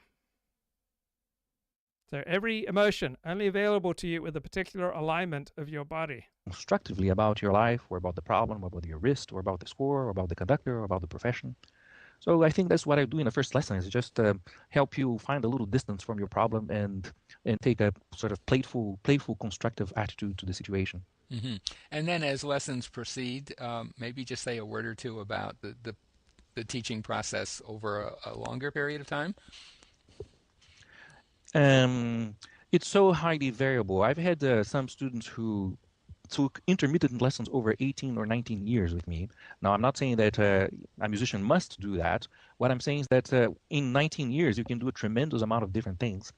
It depends a lot on the musician. There are some musicians who at first need to take some time off from making music within the lesson. You know, you just do a non-music lesson just to figure out where your neck is and where your pelvis is, and if the neck's talking to the pelvis or not, and how you balance yourself in movement, and how you respond to the situation of the. So not only do your thoughts constantly affect your feeling and your body constantly affect your emotions and your thinking, but I noticed that if my ankles are tight, right, that's very likely to lead to unnecessary tightness in my neck. So when just I'm not enjoying the same level of freedom in my neck, all right, I find just have to free up my ankles and my hips, and then the neck frees up as well. The lesson, and then perhaps at some point you will play for me, and usually I like giving choices to my students. For instance, you play for me, and then I tell you something like this. I give you two choices. You can talk to me about what you just did, or I can talk to you about what I observed. And what's very interesting is that making choices can be very difficult. Sometimes people are a little bit nervous, but to become able to make a choice without leaking out a lot. So when I first started taking Alexander technique lessons, I noticed the most frequent question that the teacher would ask me is, what do you notice, right? It is exhausting, right, to become much more aware of things that we were previously just completely oblivious to. A lot of psychic energy is very useful. So the student might say, all right, you can tell me something about it. And oftentimes what I try to do is to organize the feedback along three main lines. Things about coordination, everything having to do with the head, neck, back, and legs, movement, tension, posture, and stuff like that. Then the second line of thinking is rhythm, because that's the main state of music making. You cannot coordinate yourself well if you don't have a good sense of rhythm, so it's always good to make a study of it. And the third thing is sound, vibration, oscillation, everything that the musician is making regarding sound. And those three things, coordination, rhythm, and sound, together give a very, very good picture of what the musician is doing. So I would give some feedback regarding those aspects, depending on what I see, and then propose exercise and procedures and tools and exercise. Okay, so here is a little video of our man Pedro de Alcantara, one of the great Alexander technique teachers. Here he is. Me to play with my juggling ball for this exercise. So here I have, I'll put this one aside for now. And I'm just saying hello to that ball. It's on a surface. I think it'll be very good for you too to play with a ball like this or your piece of fruit on a surface. And to begin with, I'm just doing something very informal, just really back and forth in between my hands or something like this. So when you're doing this procedure, right, you can't be in the past and you can't be in the future, right? Doing these simple procedures brings you into the present. And when you come into the present moment, you'll have a lot less unnecessary tension and compression and weird interfering tension patterns flowing throughout your body. It's as if I'm waking up my hand's sensitivity. Later, I will do more elaborate things, but right now I just want to feel the surface of the object and benefit from its roundness. I think this object could be considered a teacher of roundness. And for now, that's what you want to learn with your hands and your fingers, is to appreciate how round this thing is, how easily it turns, how we can turn clockwise and count. So when you understand we have the porous identity, all right, we don't just think with our brains, we also think with our hands, we think with our shoulders, we think with our legs, with our sexual organs, all right? We're complete human beings, and what's going on with our body and our emotions is going to affect our thinking. We're porous. Counterclockwise, how both of your hands can do this and feel this. And right now, I am touching my juggling ball piano pianissimo. I'm not squishing it. I'm just touching it super light, and I want to see how light my touch can be, and for me to still have contact with the ball and initiate the movement. Well, it's a very lovely feeling to be in piano pianissimo in your fingertips and to benefit from this ball's friendly roundness. Left hand, right hand. This is clockwise with the left. This is counterclockwise. Oh, it feels really, really good. I could do this for a very long time because it really feels very good. But so it'd be virtually impossible right, to be compulsive while you're doing this exercise. You're not going to be depressed. You're not going to be angry. You're not going to be anxious. All right, you're going to come into the present moment and you're going to calm down. My job here today is to give you multiple ideas as to what you can do with an object like this and what you can gain from playing with the object. So here I have it. I'm just passing it back and forth like this. You know, right now it's leaning on my right hand, and now it's leaning on. And the chat says he could be doing that with his junk. Yeah, but he wouldn't be doing it compulsively. He wouldn't be like one of those desperate, monkeys, right? Can you imagine the kind, the gentle, and just the inquisitive, intelligent, and creative way that he might play with himself? On my left hand, and in the back and forth, I'm doing rotations of my hands, wrists, and arms. And that means that my friend, the juggling ball, my teacher of rotations, is really helping me figure out how best to move with no tension, with no preconceived. So what is mental illness? All right, mental illness is when your brain, your physiology does not work as it should. All right, it's the same principle as wrist health. All right, is your wrist able to do everything that you want your wrist to do? And so when your hand can move as freely and creatively as Pedro is showing us here, right, it indicates you've probably got pretty good hand and wrist health, but it's a good metaphor for mental health, which, that's so much more complicated. But the basics are, is your physiology, is your psyche operating as it should so that you, for example, distance yourself from dangerous situations and you come closer to loving situations? Ideas with no fear, no stage fright, no fear of playing out of tune or anything like this. Well, I want to become free of those fears and alert to the possibility of complete pleasure, joy, and skill. So here I am passing back and forth like this. I hope you're doing that too at home. Just to prove the point, I'm going to do it a little bit with the apple. It's very, very similar. So this guy is one of the world's great Alexander technique teachers. He's also a terrific writer. And meditations. Mm-hmm, mm-hmm. So I'd like to, before we finish the podcast, talk a little about your new book that's coming out. But before we do that, is there anything more generally that you would like to talk about before we get to your new book? I think in terms of the Alexander technique, it's really very useful to refer back to Alexander's first and main idea as reflected on the title of his book, The Use of the Self. And the self is the whole person, body and mind, soul, heart, thinking, your history, your desires, your wishes. And Alexander thought that the most important thing in life is how you react to situations with the whole of yourself. So I think for everybody who studies the technique or who has a problem or would like to solve a problem, to embrace the idea that you bring the whole of yourself to everything that you do is very useful. It can be daunting at first, but if you really do it, it means that you will solve a lot of problems in one go, because by coordinating the whole of yourself, many symptomatic problems disappear. So it really pays a lot of dividends to embrace the idea that you are whole, body and mind work together. The way you perceive the world plays a role in how you move, how you coordinate your body. So my invitation to your listeners is that they embrace the idea that you can't really separate body and mind, and you cannot really work on things physically. You work them on a psychophysical manner, and that's my conviction as far as the abstract aspect of the right. technique. And Alexander. So I'm playing some video right now of the new face of the Democratic Party, and look at how she just gives away her neck. Not very impressive, right? I better turn off the rap music, but gives away her neck consistently. Nancy's reign has been shattered, and all we keep seeing is Jasmine, not to be confused with Davy Crocket.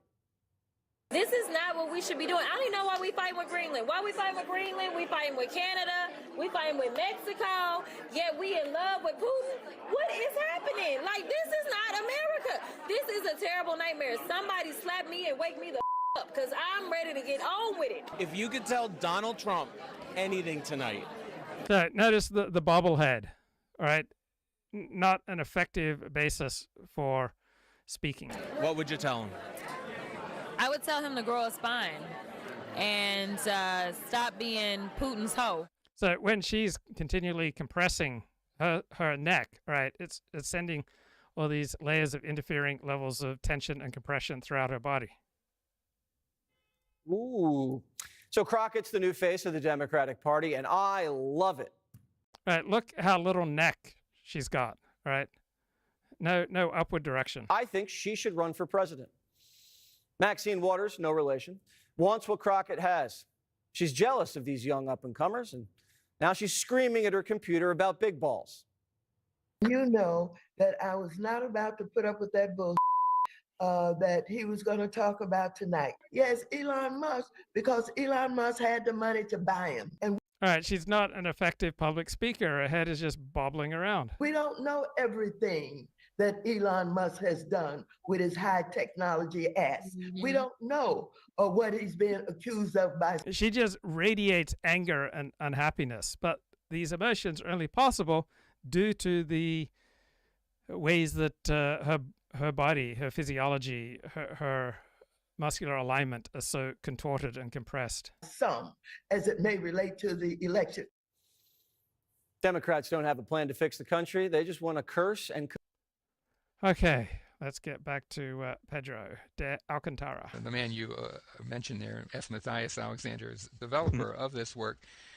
He came to that understanding that mind body are really two aspects of the same things in a situation where he was working on a practical problem of his own, which was a vocal issue, and it was certainly not something he ever anticipated. He was not. That's correct. It really it was quite a shock to him when he discovered the limitations of not taking that approach.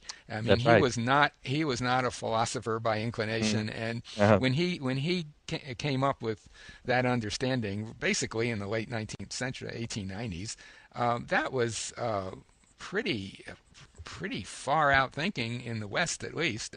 That's right. People It was revolutionary. Didn't talk about mind-body integration in Australia in the 1890s, and so while you, as you correctly pointed out, that's a kind of the an intellectual underpinning of the Alexander technique. It came about through very practical set of experiments that he performed that forced him into that understanding in a way. He went. He didn't. I have a sense that he didn't go all that gracefully there. I mean, I think he probably fought that for a while. But anyway, we don't know. But anyway, so I'd like to, as we end here, mention that my guest Pedro de Alcantara has written yet another book called Integrated Practice, Coordination, Rhythm, and Sound. And that book is coming out early in 2011, and this podcast. For the world, and I met a lot of really good musicians from whom I learned a lot. And everything that I learned over those years, I put in this new book, which stays true to the spirit of the Alexander technique, but it takes a kind of a new path, and it says that in music itself, you have the problem and the solution. If a musician is hurting making music, to some degree it's because music is hurtful or the approach to music is hurtful. But I think you can take a little step back and think about music a little bit differently, structure it differently in your thinking and your ears and then in your technique. And by doing so, music becomes the source of healing rather than the source of pain. And my book tries to make a case for that and invites the reader to use the rhythmic structure of language and the sort of the phenomenon of resonance, which essentially means that you get a lot of sound with a very little amount of muscular effort if you let resonance do the work for you, so that by making music in this new and different way, where you enter music from within and you let resonance do the work for you, you free yourself from muscular effort, from struggle, and you heal yourself through music making, just as you hurt yourself through music making. So that's the philosophy of the new book, and it's going to be together with my first book, it's going to be the foundation stone of a series of books that I'm writing. Okay, one of the world's great Alexander technique teachers, Pedro de Alcantara, and one of my favorite comics is Here with Jesse. Yeah, I mean, AOC kind of ran out of steam. It's weird. I was saying yesterday, AOC has lost her fastball, but she's still a screwball. And Jasmine Crocket is filling the crazy void Because AOC seems broken now. I am happy that that's happened. I think Crocket is a real, true leader.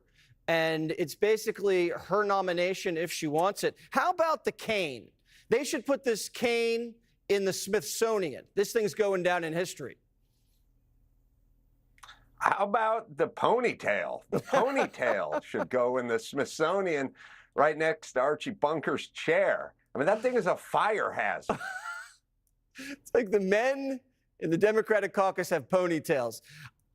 I think they should put it right next to the pistol that Aaron Burr shot Hamilton with. Or I don't even know who shot who. But this thing, it's a big memento, and I might bid on it at the next auction. And I'll use one of those little paddles, Adam. It's funny, the Democratic Party, the women are bald and the men have ponytails. So it's not exactly your grandpa's party. But, you know, ultimately what's going to bring down the Democrats is pride. They talk about pride. They talk about gay pride. They talk about black pride. They're pride, everything's a pin. And they need to drop it. They need to humble themselves and move on. It's pride, and then Trump shamed them, and they're acting out like high school girls. The pride is what's causing the problem for them. Where's the pride in the country? There's no pride in the country. You're going to sit on your hands while hostages are coming back and little kids got honorary. Okay, have you seen the show Douglas is Cancelled? All right, it's hilarious. All right, it's an English show about a TV That's all for presenter. Today. Same time tomorrow? Why not? See you. And it's just wickedly funny, right? It's all about him getting cancelled. This is 6 minutes It'll in. blow over. Look, I've got a dinner thing. I'll talk to you later. Okay, Hugh Glanville is the lead. To the party. Well, what about Madeline? Madeline? Well, she's all over social media. She might All right, Madeline's his co-host. see this. So what?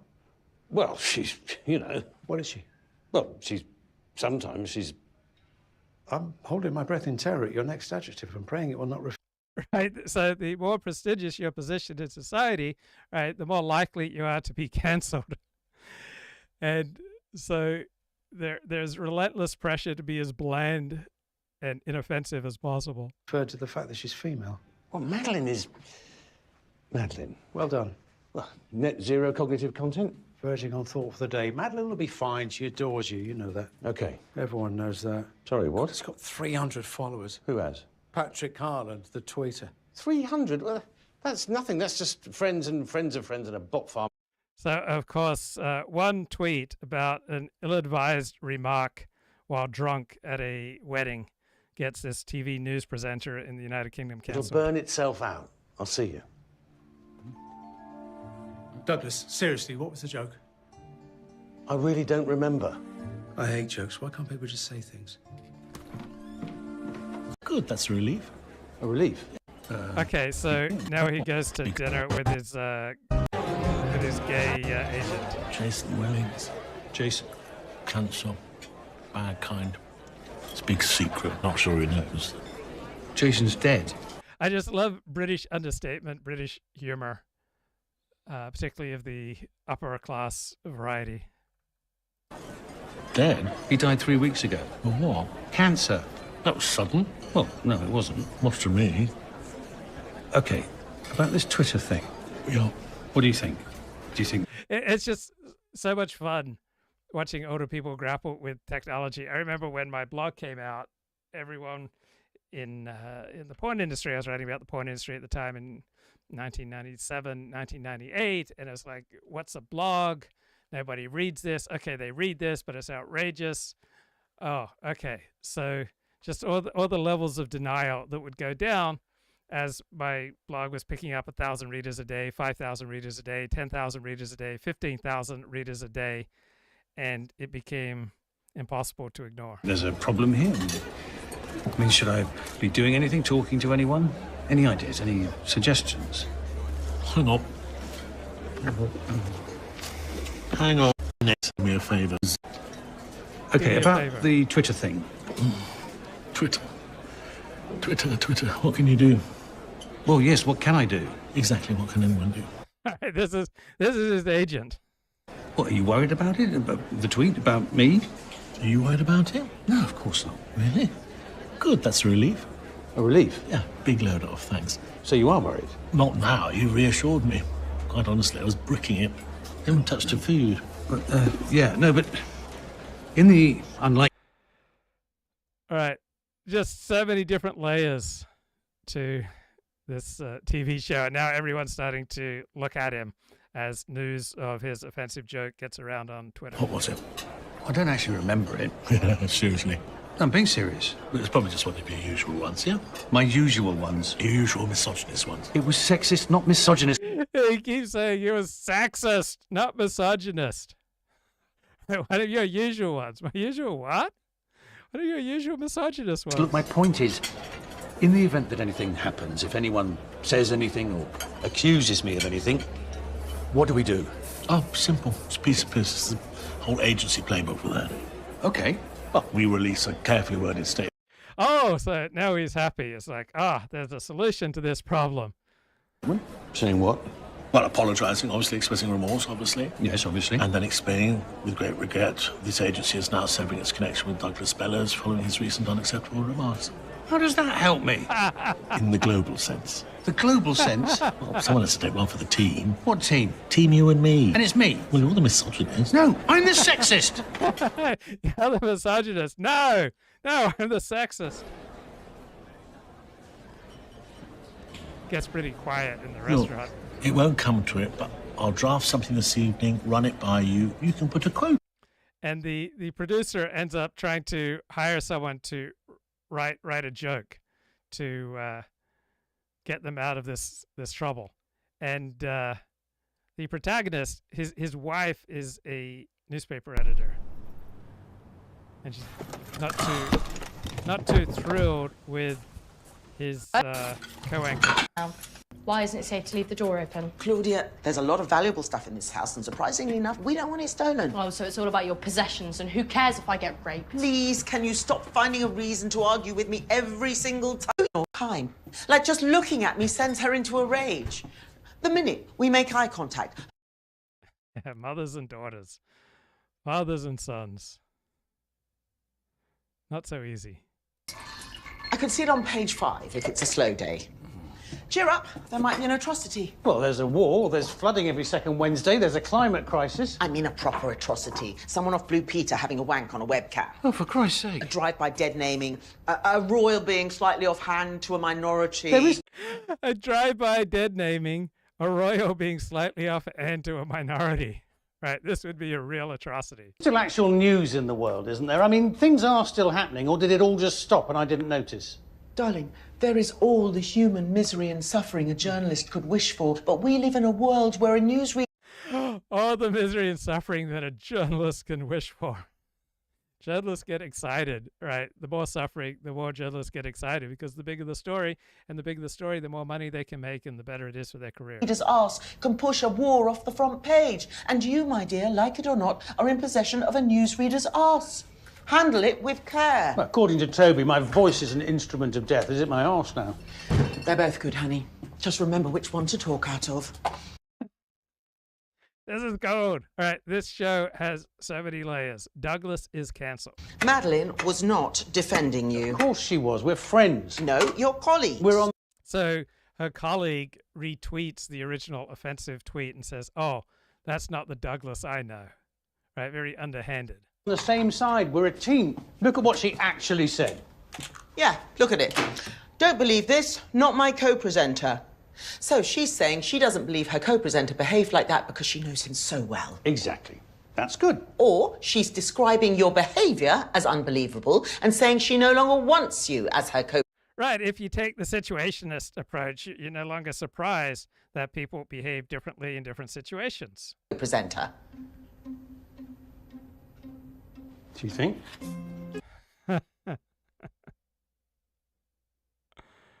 Oh, so much fun. It's too slow for the news cycle. OK, but seriously, would you run with this? I don't think so. I don't think anyone will. There's not enough to it. But fair play to Madeline. She's given it her best shot. She didn't do it on purpose.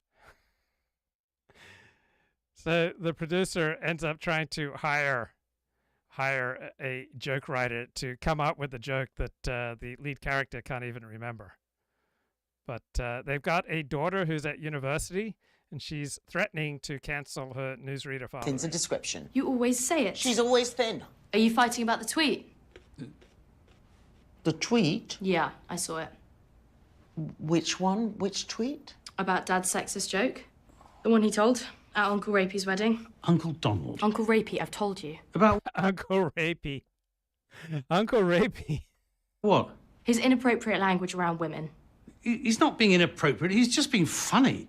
It's not funny to make women feel sexually menaced. Sexually menaced by Donald. Yes. Who's gay. Yes. Who 3 days ago got married to another man who's also gay, so they could be gay together in a gay marriage and continue to show no sexual interest in women for the rest of their gay lives. You felt sexually menaced by a man who's never had a sexual impulse towards a woman in his entire gay life. Okay. Okay, that was pretty good. 40's that guy in my office who corners me, dials up something he is amused by on his phone, and then demands that I at least glance at it. Then I listen to it, and I roll my eyes as I walk away. And once back in the office, I make notes not to promote Mr. 40. Hey, Boomer. Sorry, just trying to point out how gay works. Oh, it's so good to be mansplained. I'm mansplaining a man. That's got to be legitimate. I mansplained a man. Come on, surely that's kosher. Mum, can I talk to Dad? Oh, go ahead. In private? This is private. No, it isn't. Claudia, So, good news, she really doesn't want to have to cancel her father. anything you want to say to me, you can say to your mother. Forget it. Help yourself. I could do with some time off. Oh, that's right. Just walk out on me. You asked me to go away. Exactly. Good luck, darling. All right, go away, and then she walks out. Isn't that like you, just walking out on Dad, what was the joke at the wedding? I don't know. The misogynist joke. It wasn't misogynist, it was sexist. Same thing. No, it's really not. What was the joke, Dad? Sexism can be prejudicial behaviour against either sex, whereas misogyny is... This script, terrific. Only. Dad, the joke, what was it? I don't remember. Is that true? Or are you just saying that because you're embarrassed and you don't want me to know what you said? No, I'm not just saying that. I really don't remember. She's not What's very wrong? happy. People at uni are asking about it. Well, how do they even know about it? Some of them So in Australia and England, they call it university uni. follow Madeline. Oh. Also, I'm part of a student think tank monitoring the impact of media celebrities on minorities. I'm part of a student think tank that monitors the impact of media celebrities on minorities. The United Kingdom is much more woke than America. Especially women. Well, women aren't a minority. Of course they're a minority, they're the main one. Well, there are more women than men, that's a majority. Dad, take this seriously. Sorry, did you say think tank? Yes, think tank. Is there an actual tank, or do you just meet in a bar? We meet in a seminar room on a weekly basis, which we book. Okay. Not in a bar, Dad. Boy, that sounds like a lot of fun. Boy, I wish I could be in that room. Sounds like a barrel of laughs. Okay, sorry. None of us drink, actually. Okay, good for you. Have you considered starting? Look, you could get cancelled. Do you understand that? I don't want that to happen, Dad. I really don't. It would destroy me. And me? Isn't this lovely? So much empathy from the daughter. Yeah, and you. Listen, I don't remember what I said, but whatever it was, it really wasn't that bad. Promise? Promise. You're not lying? I'm not lying. What? I don't lie to you. When do I lie to you? All right, we're all vulnerable, all right? I can only imagine the vulnerability, however, when people become parents and you have kids, all right? It just must be whole new layers of vulnerability. You're my daughter. And an activist. Yeah, my daughter first. Yeah, of course. And an activist. Just imagine having a daughter who's an activist monitoring media commentary about minorities. And I'm your father before anything. Please remember that. And trust me, Dad, nobody's forgetting about the patriarchy. Oh, Jesus, Claudia. Look, I'm just trying to look out for you. I'm trying to protect you. Claudia, believe me, I'm all over this. I really am. As it happens, between you and me, father to daughter, your daft old dad really doesn't want to get himself cancelled. Right? So the more you got to lose, the more prestige, the more vulnerable you are to cancellation. And Dad, I really don't want to have to cancel you. Isn't that sweet when your daughter tells you, "Dear Dad, I really don't want to have to cancel you"? So the producer of the program pulls into his office someone who he thinks is the show's comedy writer, but the bloke turns out to be the driver. Listen, Douglas can't remember the joke, and so far no one has quoted it. So this is what we call in the news business an opportunity to get ahead of the facts and decide. This is what we call in the news business an opportunity to get ahead of the facts. So why do I keep interrupting every 5 to 10 seconds? To minimize the chances of some damn annoying interfering copyright claim. So just play a few seconds and then repeat it back. Decide what the joke might have been. Oh, you mean like make something up? No, not make something up. No, not exactly. It's just that sometimes when the facts are a little hazy, we need to provide our audience with clear, directed information. Right, when the facts are hazy, we need to provide our audience with clear, directed information. Right, brilliant. That, as far as possible, reflects the truth without actually being it. Right, offer the audience clear, direct information that reflects the truth without actually being the truth. Okay, so what I need from you is a joke sexist enough to cause comment on Twitter, but not so sexist that it will end Douglas's career. Yes. A joke so sexist that it will get comment on Twitter, but not sexist enough to end Douglas's career. To be right on that borderline between offensive to women and charming and sexy. We really need to dial in on the precise level of misogyny that will shock, but mostly titillate Douglas. Yes, it's not easy to dial in that precise level of misogyny that will shock, but not get you canceled. Right? It's not easy to come up with just the perfect amount of misogyny. Right? Because you certainly don't want to come with too much misogyny. Such a success Live at 6 has been. Oh, she went. Tell Matt. Okay. Why? Yeah, it's lovely. Oh, I think it's lovely. Can't see 3 feet out the window. So this is a year previous. They're on vacation in Dubai, and it's pouring rain. They said we had an ocean view. I think it was from underneath. So, either you're telling him or Martin is, because I'm on holiday. Because I'm on holiday and we're about to ruin a man's life, and I don't want to have to tell him, because it'll spoil my day. Right. There needs to be an ethical, professional way to gratuitously ruin somebody's life. She's a powerful newspaper editor. It's already bloody rain. And she's mad because her husband, the lead character, is constantly getting texts from his young, attractive co-anchor. Of course we have to tell him. It's a bloody headline. He needs to talk to his wife. Think of his poor wife, for God's sake. Oh, there wasn't a way to soften it. He went out and banged another woman. His choice, his life. I mean, if it'd been another man, we could have done something moving about him. Right? If only he'd gone out and banged another man instead of a woman, then we could have done something moving with unicorns. Him finding his true self, a whole page of rainbows and photos of his wife looking brave and supportive. We could have been progressive. Stonewall would have been off our backs for a whole week. Right? They could have been progressive if only the bloke had banged another bloke. Then it could have been a celebration. It could have been a love fest. 6 months later, you'd have run a story about all his gay affairs and destroyed him anyway. He'd have had 6 more months and we'd have had 2 stories. Everyone's a winner. He would have had 6 more months and we would have had 2 more stories.